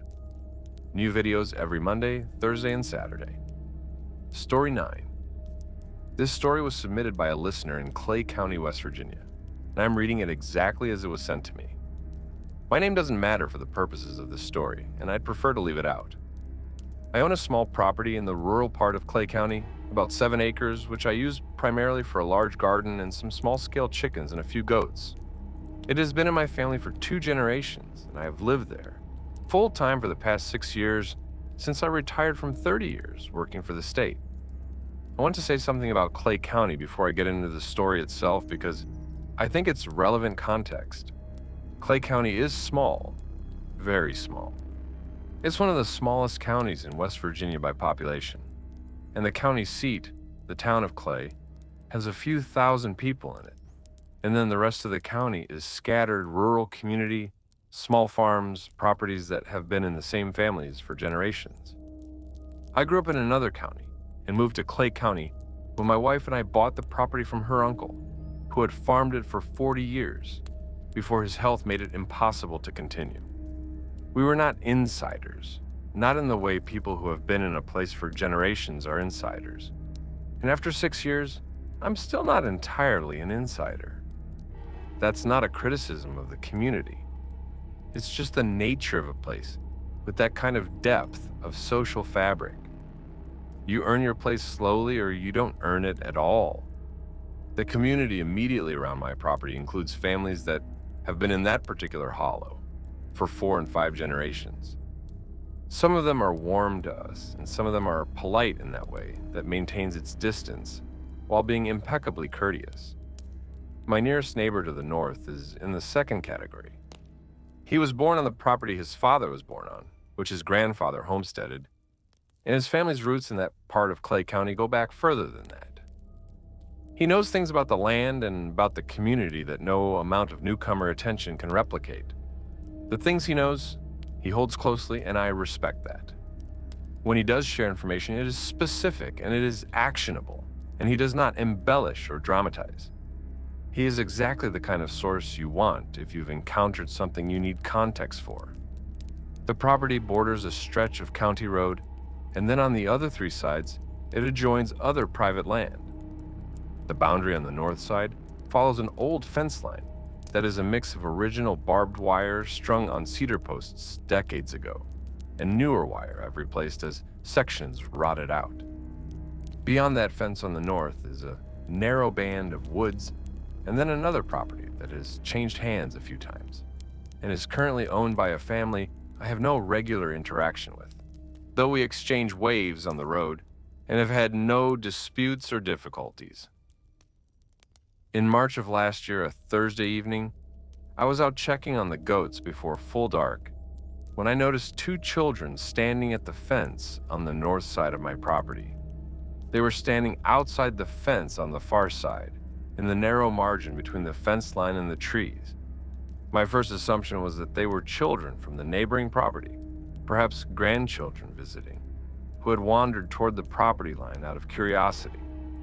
I walked over to the fence to say hello and ask if they were all right. As I got closer, I could see they were young, maybe 8 and 10 years old approximately, a boy and a girl, and they were dressed in plain clothing that struck me as unusual. Not costumes, not anything theatrical, just simple, plain-colored clothing that seemed slightly out of season for a cool March evening. They were not wearing coats. They were not doing anything specific, just standing there, side by side, looking toward my property. Looking toward me, I suppose, as I approached. I got to the fence and spoke to them. Asked if they belonged to the neighbors and were they all right. They didn't answer. I asked again. Nothing.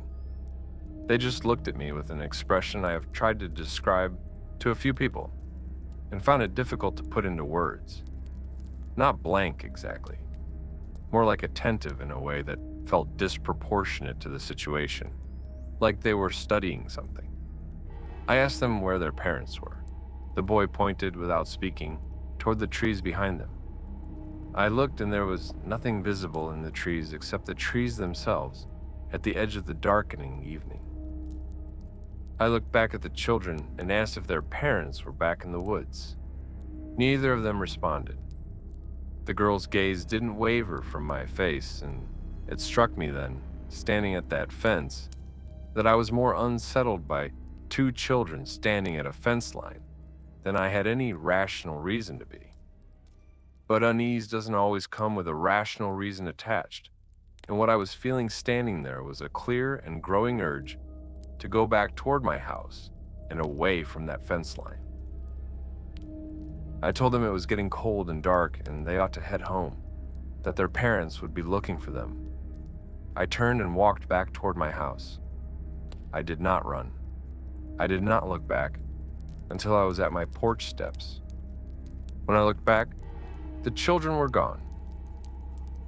I went inside and I waited a reasonable amount of time, maybe 40 minutes, and then I walked down the road to my neighbor's house and knocked on the door.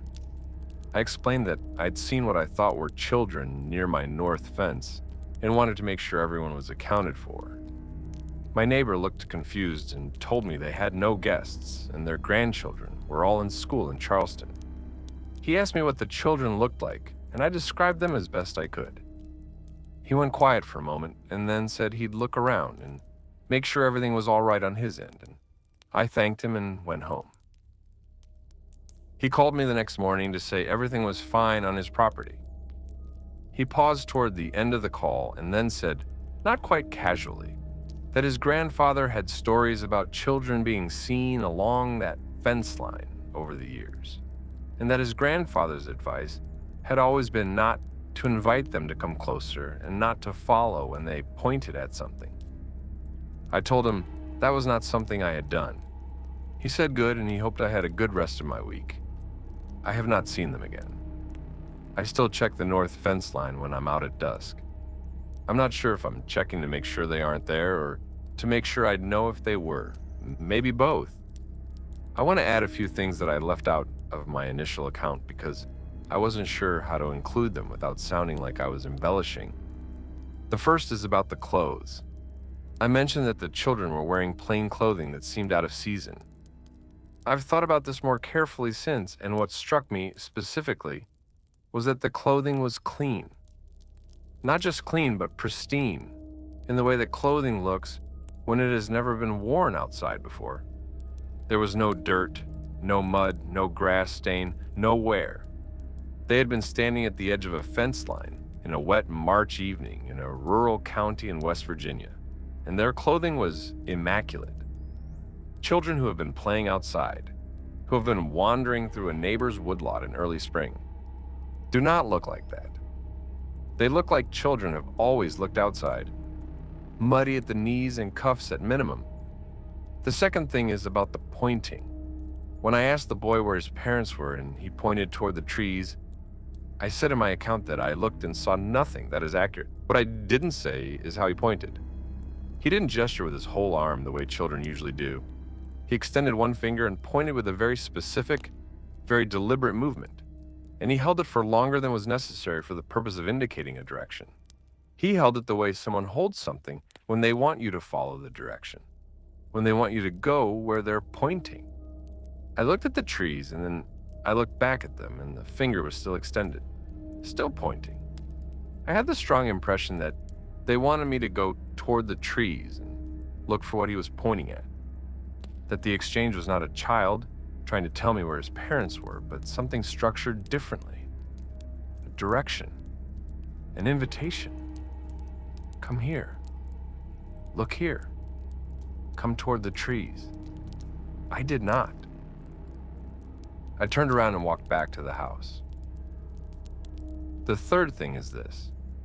When I was walking back to the house, and I told myself not to run, not to show whatever alarm I felt, I was acutely aware of the sound of my own footsteps on the frozen ground. And in the course of listening to my own footsteps, I became aware that behind me, from the direction of the fence line, I could hear nothing. No footsteps on frozen ground. No footsteps on anything. If two children had been standing at that fence and then moved, walked away, turned back toward the trees, done anything, there would have been sound. 8-year-old children don't move silently on frozen ground in March. Nobody does. When I looked back from the porch steps, the fence line was empty and there had been no sound of their leaving. My neighbor's comment about his grandfather's advice stays with me. Don't invite them closer. Don't follow when they point. Both of those are things I didn't do instinctively, before I had any context for why those were the right choices. I wonder if that instinct is learned at some level, not consciously, not from any specific teaching, but absorbed from the general cultural atmosphere of a community that has known enough about what it was dealing with to develop a response to it. I grew up in Clay County. Whatever my neighbors knew, maybe some part of me absorbed it. Or maybe common sense and self-preservation don't require specific teaching. Maybe when something that looks like a child, but doesn't feel like a child, points toward a dark stand of trees and waits for you to follow, you don't have to be from that county or any county to know that following is not the correct response. Story 10. I have to give some background here because without it, the story doesn't make sense. I spent 2 summers in Pocahontas County, West Virginia, doing oral history work for a university project focused on traditional Appalachian religious practices. If you're not familiar, Pocahontas County is one of the more remote counties in the state. Large land area, very small population, no cell signal in probably 80% of it, and a culture that has retained characteristics that have largely disappeared from more connected parts of the region. It was exactly what our project needed. I need to describe Pocahontas County for people who haven't been there, because the geography is part of why the culture is the way it is. The county covers almost 1,000 square miles, but has fewer than 9,000 people. It contains the Monongahela National Forest, the Greenbrier River, and some of the highest terrain in West Virginia. The roads are narrow and many of them are unpaved. And the cell signal situation I mentioned is not exaggerated. There are communities in Pocahontas County where the nearest reliable cell service is 30 miles away. This is not a county that has been normalized, culturally speaking, by the usual pressures of connectivity and outside influence.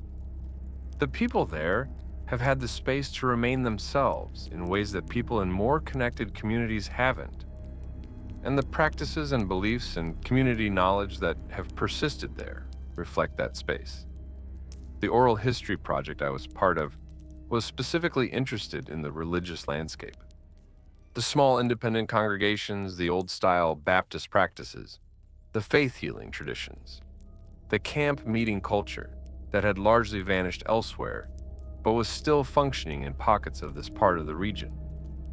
My fieldwork involved traveling to these communities, establishing relationships with congregation members, and conducting recorded interviews about their faith lives, their family religious histories, and the practices they'd experienced or observed.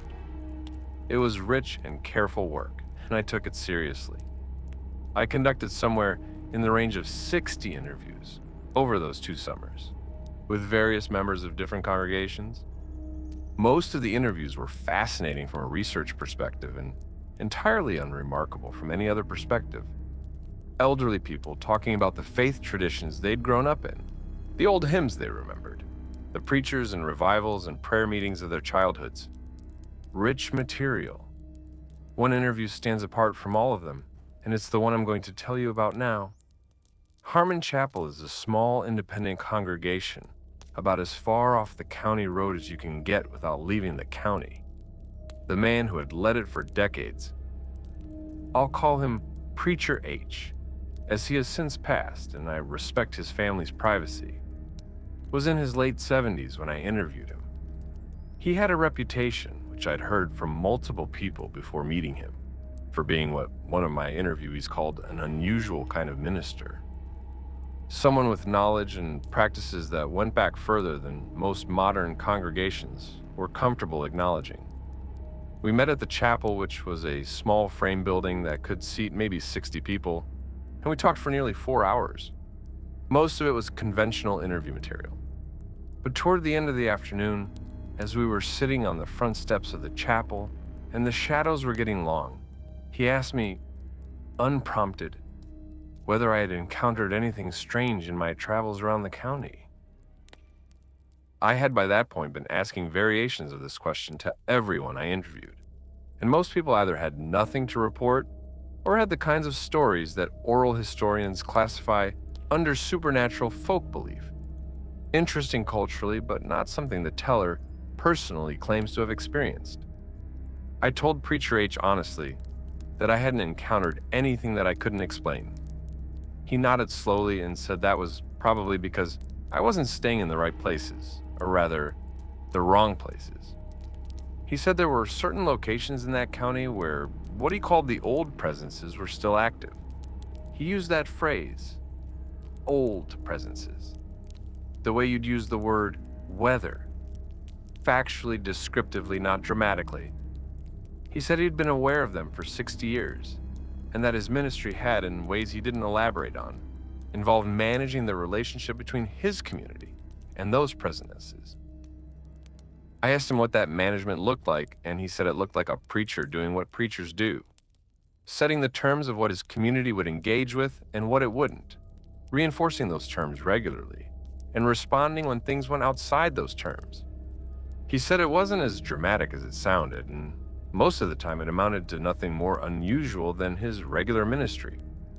I asked him about the times it amounted to more than that.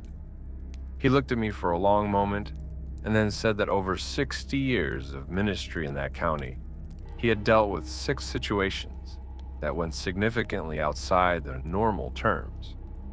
He would not describe them to me in any detail.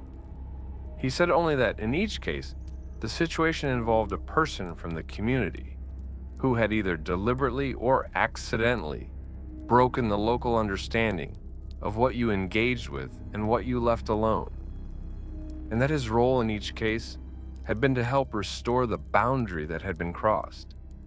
I asked him how you restore a boundary like that. He said with the same tools you used to establish one in the first place, prayer, fasting, presence. He said the presences responded to these things as consistently as they responded to anything else, that they had a kind of grammar, rules of engagement, that went back longer than anyone living had a record of, and that if you knew the grammar, you could communicate in it. I asked him who taught him the grammar. He said a woman in the community had taught him, who had learned it from a woman before her, and that the lineage went back as far as anyone had memory of it going. He said it was an unbroken transmission, that that he suspected was one of the oldest things still functioning in that county, older by far than the congregations and the deeds and the family names. I asked him what would happen when he was gone.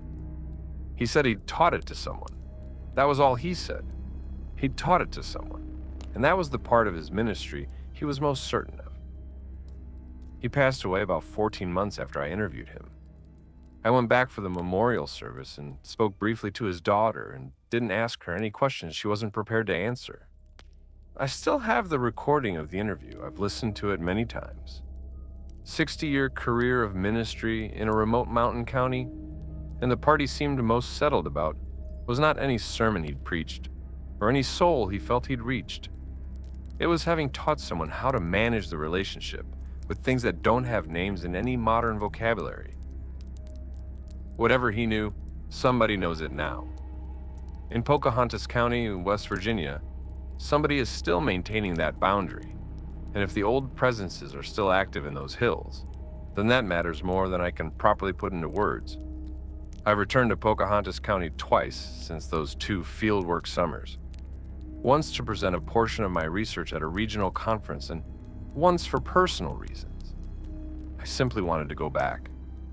Both times I drove through the area around Harmon Chapel, and both times I stopped the car for a moment at the end of the lane and looked down toward the building. I don't know exactly what I expected. The chapel was the same as I'd left it, small and white painted and sitting quietly at the end of its lane, with the hillside rising behind it. On my second return visit in the late afternoon, there was a truck parked in front of it that I didn't recognize. Not unusual. The congregation still met twice monthly, and the truck could have belonged to any member. But I sat there for a moment looking at the truck and at the chapel and thinking about the interview and about Preacher H's certainty about having passed the knowledge on. And I thought about how that knowledge would transfer, not like a document, not in any medium I know how to classify or access as a researcher. Oral, certainly, but more than oral. Demonstrated, probably. Experiential in some component, almost certainly, because a grammar of engagement with things that don't operate on human terms can't be entirely theoretical. At some point in the transmission, you have to show the person what you're talking about, which means at some point in the transmission, the person learning has to be in the presence of what they're learning about. I thought about who Preacher H had chosen and what that selection had been based on and what the training had looked like and how you know when the transmission is complete. Whether there is a moment of completion, a point at which the knowledge is passed fully enough that the teacher can let go of the responsibility. Whether that was a relief or a loss or both. I did not get out of the car, I drove on. The recording of the interview is 4 hours and 12 minutes long. I have listened to it probably 15 times in full. The quality is clear. I had a good recorder, and the chapel interior had good acoustics, and Preacher H had a voice that carried well. The first 3 hours and 40-some minutes are standard oral history material, valuable and detailed and interesting in the ways that decades of ministry in an isolated community can produce interesting material. The last 25 minutes are different. I know when they start because I can hear in the recording the change in the quality of the silence between us. The shift that happened when he asked me whether I'd encountered anything strange, and the conversation became what it became. I have those 25 minutes nearly memorized at this point. Not from any intention, but from the simple repetition of listening. There is one moment in those 25 minutes that I have not been able to make myself transcribe and include in my research materials. It comes about 14 minutes into that section, after he's described the 6 significant situations and what his role in them was, but before he talks about having passed the knowledge on. He is speaking about one of the situations specifically, the most recent one, which he dates to about 3 years before the interview. And he stops mid-sentence and looks toward the window on the left side of the chapel. I know this from the slight shift in the direction of his voice on the recording. He looks at the window for 5 or 6 seconds, and then he says, quietly, not to me, I see you. You don't need to come in. And then he turns back to me and continues his sentence, as if nothing has interrupted it. I've listened to those 5 or 6 seconds of the recording many times. There is nothing audible. No sound from outside the window, no movement, no wind. Just silence. And then his voice again. I see you. You don't need to come in. And then the conversation continuing. I don't include this in my research materials because I don't know how to classify it, and because I don't want to damage the credibility of what is otherwise a careful and meticulously documented oral history project. But I include it here because leaving it out would be dishonest, and because I think it is, in its small, specific way, more demonstrative than anything else in those 25 minutes. It is a man at the end of a 60-year ministry, in the place where he conducted that ministry, in conversation with someone he'd just told about the old presences in his county, pausing mid-sentence to acknowledge something in his window and to tell it, matter-of-factly, that it didn't need to come in. The complete ease of it is the thing I can't get past. There is no alarm in his voice, no prayer response, no reaching for any particular spiritual armor. He says it the way you'd say to a dog that's followed you to your door. I see you. You don't need to come in.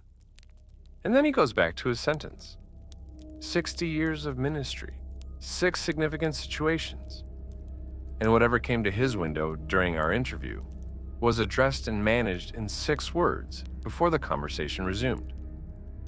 That is a man who has fully internalized a grammar of engagement with something that operates outside every category I have professional training in. And that grammar is now in someone else's head in Pocahontas County, West Virginia, doing the work it was designed to do. I find that profoundly reassuring. I don't know why exactly, but I do. Story 11. I'm a home health aide and I work in a rural part of McCreary County, Kentucky. I drive a lot of back roads in the course of my work, visiting clients who live on properties that are sometimes miles from the nearest community. And over the years, I have become very familiar with the roads and the people on them. McCreary County is in the southern part of Kentucky, close to the Tennessee line and the edge of the Daniel Boone National Forest. It is one of the poorer counties and one of the poorer states in the country, and the work I do there, visiting elderly and disabled individuals in their homes to help with daily needs, puts me in direct contact with the reality of what that means. I have clients who heat their houses with wood because they can't afford propane. I have clients who have gone to town twice in the last year. I have clients who live in hollers that the mail carrier can only reach in dry weather because the track gets too muddy for the vehicle otherwise. It is genuine isolation of a kind that people who have grown up in connected places find difficult to conceptualize. The hollows and the back roads of McCreary County are not scenic rural backdrop. They are the actual daily territory of people who live entirely within them. I tell you this because it matters for my credibility on the subject of those roads. I am not a person who drives through that area occasionally and gets turned around in the dark and sees things that confused topography can explain. I drive those roads 4 and 5 days a week in every season. I know which ones flood, which ones are impassable in ice, which ones have the potholes the county has been ignoring for 3 years. I know where the cell signal dies and where it briefly comes back and where it dies again. I am not a tourist in McCreary County. It is my professional territory. In late October 2 years ago, I was driving back from my last client visit of the day at about 6:30 in the evening. Full dark comes early in October in those hills, and I was on a county road that ran along the bottom of a hollow, following the creek bed for about 4 miles before intersecting with the main road. I'd driven that road many times, usually in daylight, though not always. There was a man standing on the road, not on the shoulder, on the road itself, in the middle of my lane, maybe 200 yards ahead of my headlights. I registered him immediately and slowed down well before I needed to, the way you automatically do when you see a person on a road at night. He was standing still with his back to me, facing down the road in the direction I was traveling. He was wearing dark clothing, and I could not see anything about him other than his shape, which was a man's shape, upright and still. My immediate thought was that someone had car trouble, and had gotten out of their vehicle and was either disoriented or waiting for help. I slowed to a crawl and looked for a vehicle. There was none. No car pulled off the road, no hazard lights, no vehicle of any kind in either direction as far as my headlights reached. I stopped my car about 30 feet from him and lowered my window and asked if he was all right. He didn't respond. I could see he was standing completely still. I called out again, louder, asking if he needed help. Nothing. I sat there for a moment, running through my options, which, in a hollow with no cell service and nowhere to turn around, quickly felt limited. The road was narrow enough that going around him would have put my passenger side tires into the ditch. I honked my horn once. Short and polite, not aggressive. He turned his head slightly to the right, toward the creek side of the road, as if he were listening to something. Then he turned back to face forward, still not acknowledging me in any way, not moving out of the road. I sat there for probably 3 minutes, which felt much longer. The creek was audible through my open window. Nothing else moved. And then the man began to walk forward on the road, slowly in the direction I was traveling, and never moved out of the center of my lane or indicated in any way that he was aware of my vehicle behind him. I inched forward behind him for about 100 yards, and then he simply turned left and walked into the creek without slowing or hesitating and was gone. I pulled to the shoulder and sat there with my hazards on for a moment. There was no splash, or if there was, it was below my hearing over the engine. When I got out and looked toward the creek with my phone flashlight, there was no one in the water and no one on the far bank that I could see. I got back in my car and drove out of the hollow at a speed I will not specify. I told my supervisor the following day in the most factual terms I could manage.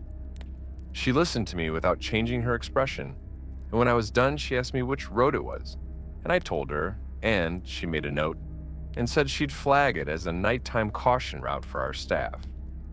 Not because of anything she thought I had necessarily seen, but as a general precaution for solo night driving on remote roads, which is a legitimate workplace safety issue.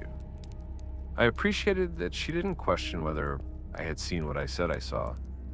I have not driven that road at night since. I still drive it in daylight, and it is an ordinary creek bottom road in an ordinary hollow, and there is nothing about it in daylight that would give you any reason to be cautious of it. But the daytime and the nighttime in those hollers are not the same place. I want to say something more about the walking man on the Lower Creek Road because I've told this story a handful of times since it happened, and each time I tell it, the question I get asked most often is whether I thought the man was human or something else. And every time I'm asked that, I find it's the wrong question, or at least not the right question to lead with. The question I keep coming back to myself is what he was doing. Not what he was, but what he was doing and what the purpose of it was.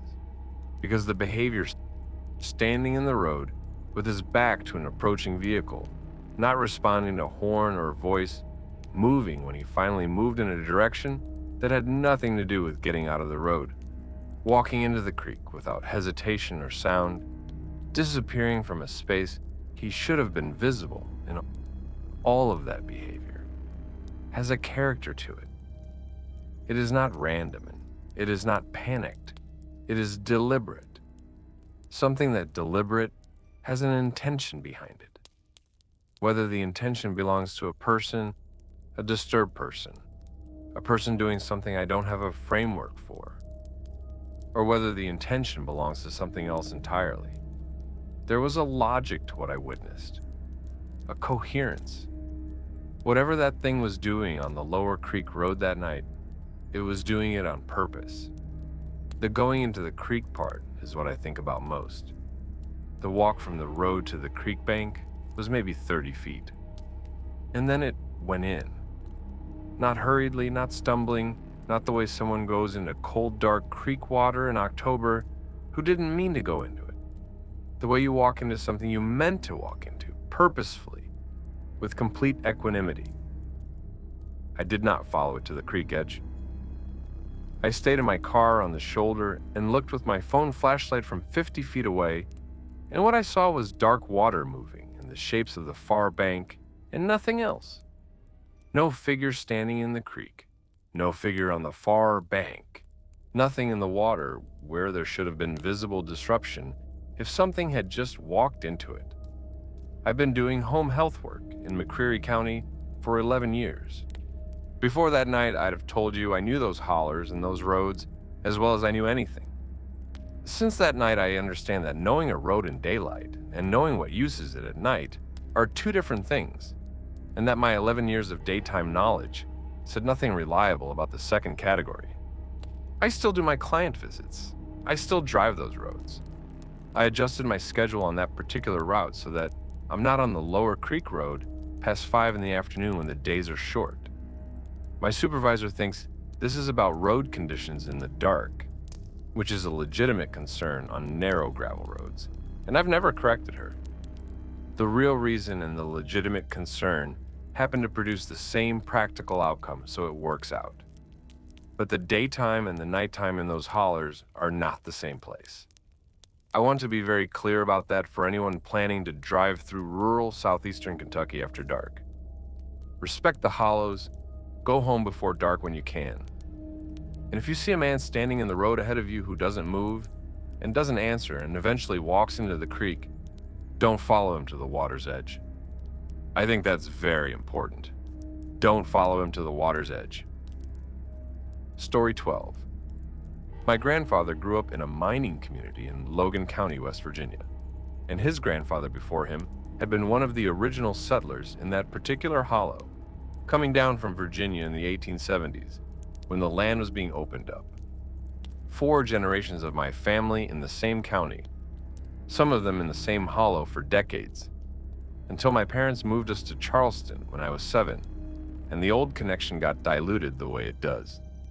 Logan County is coal country, which means it has that particular character of Appalachian places, where the landscape has been both the source of the family's livelihood and the thing that took members of the family away. In accidents, in illness, in the grinding physical attrition of mining work.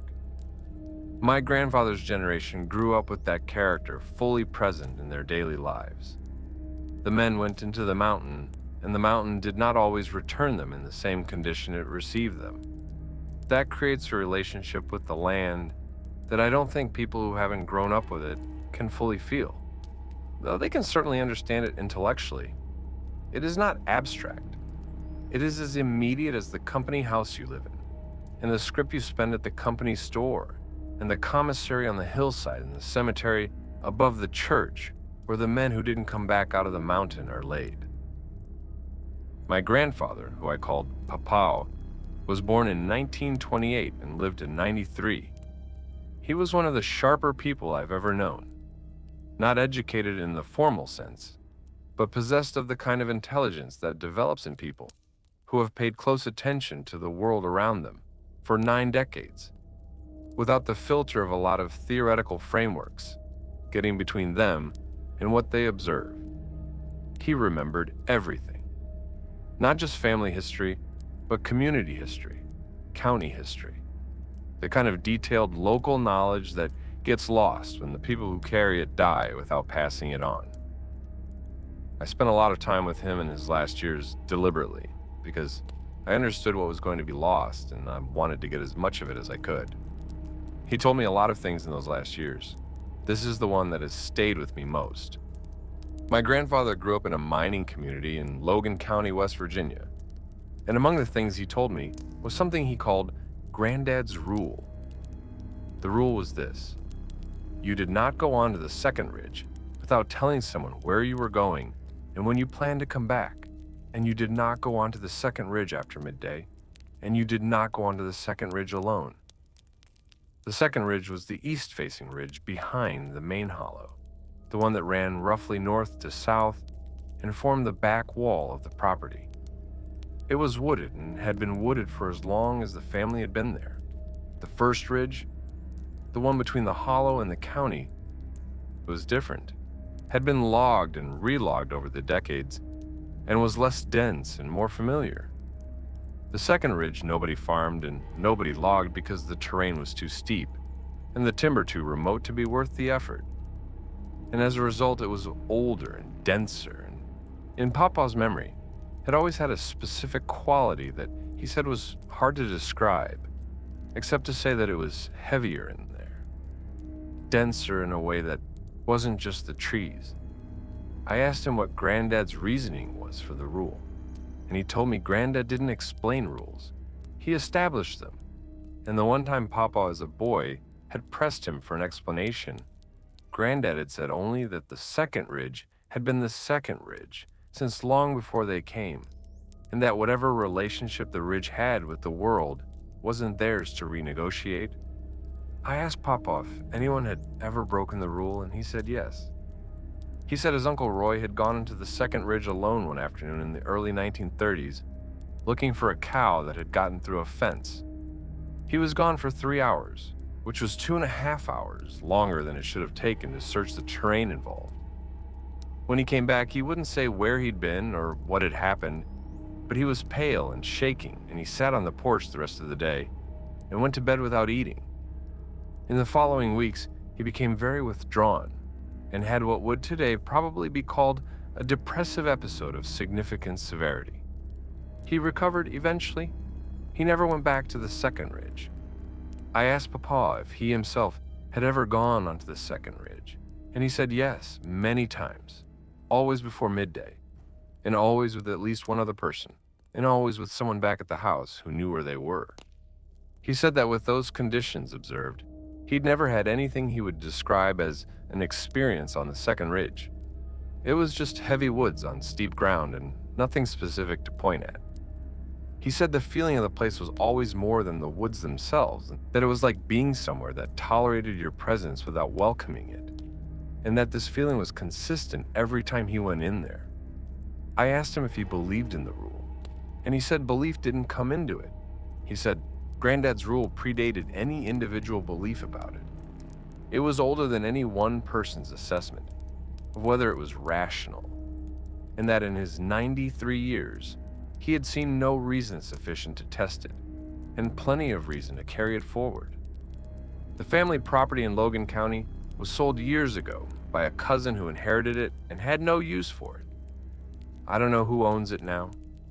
I don't know if whoever is on that land now knows about the second ridge, or observes Granddad's rule, or even knows there was a rule to observe. I think about that sometimes. Some things don't transfer with the deed. I think about this more than I probably should, but I think about it genuinely and not just anxiously, because what Granddad's rule represented was a piece of locally specific knowledge about a particular piece of land that required transmission to remain functional. It wasn't a general principle about mountains or wilderness. It was specific to that ridge, that hollow, that property. And it was specific enough that it had been maintained accurately enough to be functional across 4 generations of a family, which is not a small thing. Maintaining any piece of specific knowledge accurately across 4 generations in a community without written records for most of it is genuinely difficult. The fact that it survived intact from Granddad to his son to Papa to me suggests it was considered important enough to transmit carefully, not just mentioned in passing. When my cousin sold that property, Granddad's rule went out of the chain. My cousin didn't know it. His branch of the family hadn't had it passed to them, or they'd received it in a diluted form without the specifics, which is how this kind of knowledge dies. The new owners, whoever they are now, don't know it because nobody told them, and nobody who told it to me has any connection to them. I looked up the property records out of curiosity a couple of years ago. It sold twice since my cousin sold it. The current owners have a different last name, and they live in another state. And the property is listed as undeveloped rural acreage. Whether they visited, whether they've walked the second ridge, whether they've had an experience there that they've told anyone about, I have no way of knowing any of that. I could try to reach them, but I don't know what I'd say. You don't know me, and I know this sounds like something a crazy person would say, but there's a ridge on your property that your family shouldn't go on after midday or alone. And here's why. Isn't really a communication I can deliver credibly in a letter to a stranger. Papa said Granddad's rule predated any individual belief about it, that it was older than any one person's assessment of whether it was rational. That's the part I keep coming back to. Because if you accept that assessment, if you accept that the rule had been operating effectively for longer than anyone had memory of its origin, then the rule wasn't about belief.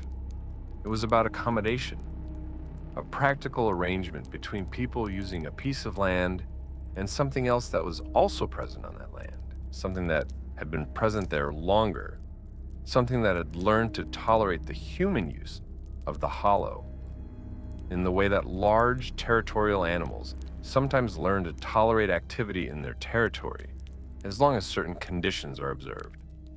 Conditions, that's the word. Granddad's rule was a set of conditions. Be back before midday, don't go alone. Tell someone where you're going, not arbitrary superstition. A negotiated set of behaviors that allowed the human use of the property to coexist with whatever else was using the second ridge, under terms that both parties, if parties is even the right word, could manage. When the property changed hands, the conditions changed. Nobody on that land is observing the terms anymore, because nobody on that land knows there were terms to observe. I don't know what to do about that. I genuinely don't know. But I wanted to say it out loud somewhere, because it's the part of this whole thing that sits uneasily with me, in a way that the existence of whatever is on that ridge doesn't. The thing on the ridge is old, and it's going to go on doing whatever it does, regardless of what I think about it. What worries me is the terms that kept things workable for over 100 years in that hollow, the terms that ended with a real estate transaction.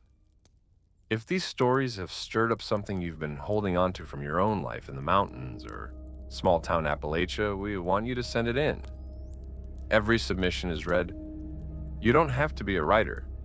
Just tell it the way you'd tell it to someone sitting across from you. The submission link is in the description. We'll take it from there. Story 13. This is the last story in this video, and it's the one that was hardest to write up and the one I keep thinking about the most after reading it, so I want to make sure I do it justice. The person who sent it in asked to remain completely anonymous and asked that I not specify the exact county beyond saying it's in southwestern North Carolina, which I'm going to respect. I'll call them Lee, which is not their name. Lee grew up in a small community. A real small community, the kind where the population is measured in dozens rather than hundreds. In the mountains of southwestern North Carolina. The community sat in a gap between two mountain ranges, and the nearest town with a grocery store was 45 minutes on a road that got seriously unpleasant in winter. The people who stayed there stayed because the land was theirs, and the land held them the way some land does, with roots that went down further than economics or practicality could reach. Lee's family had been in that gap for 5 generations. Their last name, which I'm not including, appears in the records of the original land grant in the late 1700s, and has been on tax rolls and deeds and cemetery stones in that county every decade since. That kind of deep residency creates a specific relationship with a place that Lee tried to describe in their submission, and that I think they described as well as it can be described.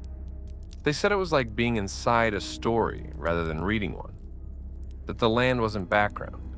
It was a participant. The thing Lee wanted to tell me about happened when they were 38. This was 4 years ago. They were visiting the family home. Their parents had both passed, and an older sibling had inherited the property and was managing it. And they were there for a long weekend in early autumn. The leaves were just starting to turn, and the weather was the kind of clear, cool mountain weather that makes you understand why people stayed in those gaps, even when everything about modern life told them it would be easier not to. On the second evening, Lee decided to take an early morning walk the next day. The kind of walk you can only really take in a place you know deeply, where you're not navigating, you're just moving through familiar country with no particular destination. They planned to walk up through the lower pasture and into the tree line and follow a path that their grandfather had worn into the hillside over decades of early morning walks. a path that Lee had walked many times as a child with him. They set out just before 6.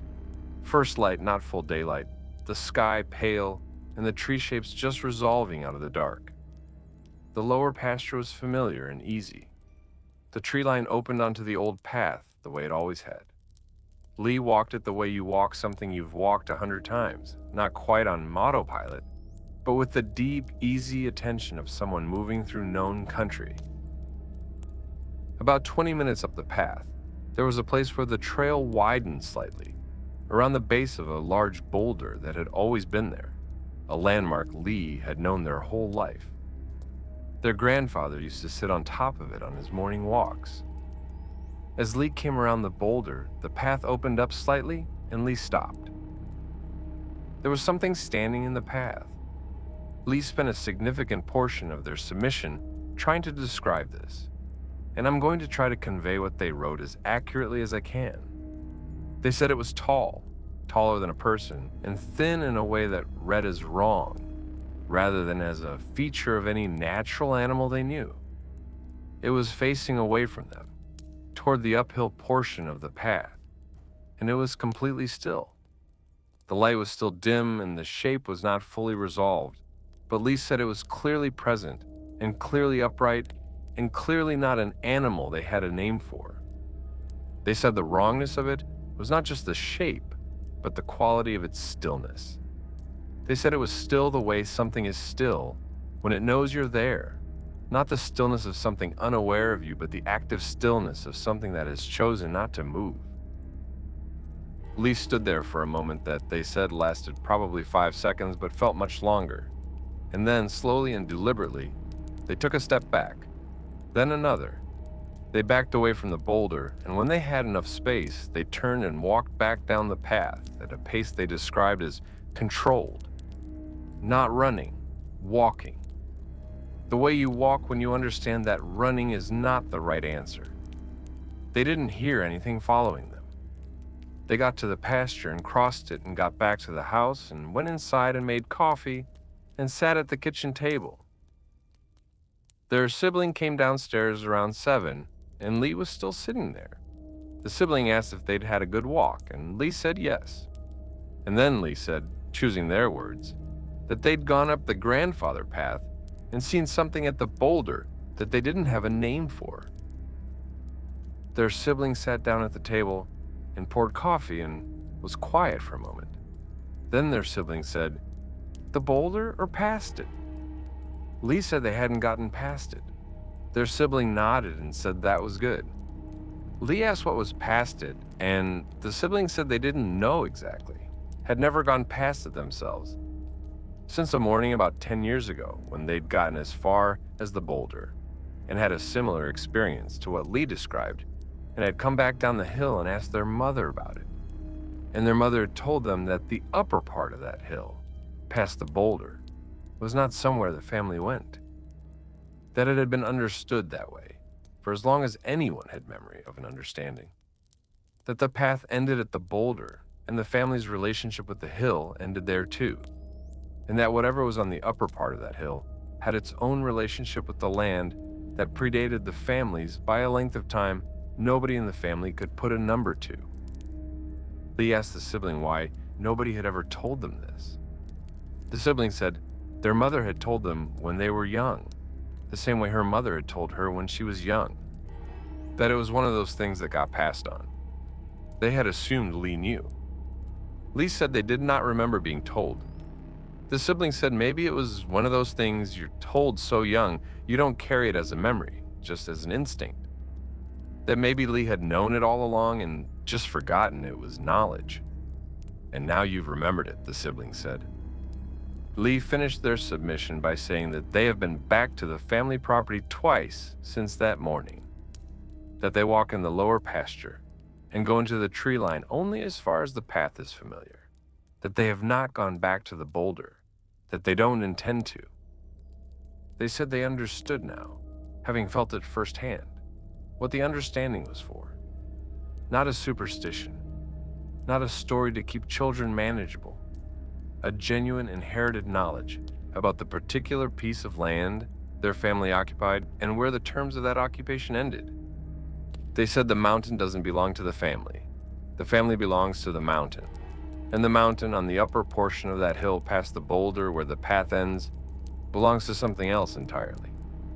That's where Lee left it, and I think that's the right place to leave it.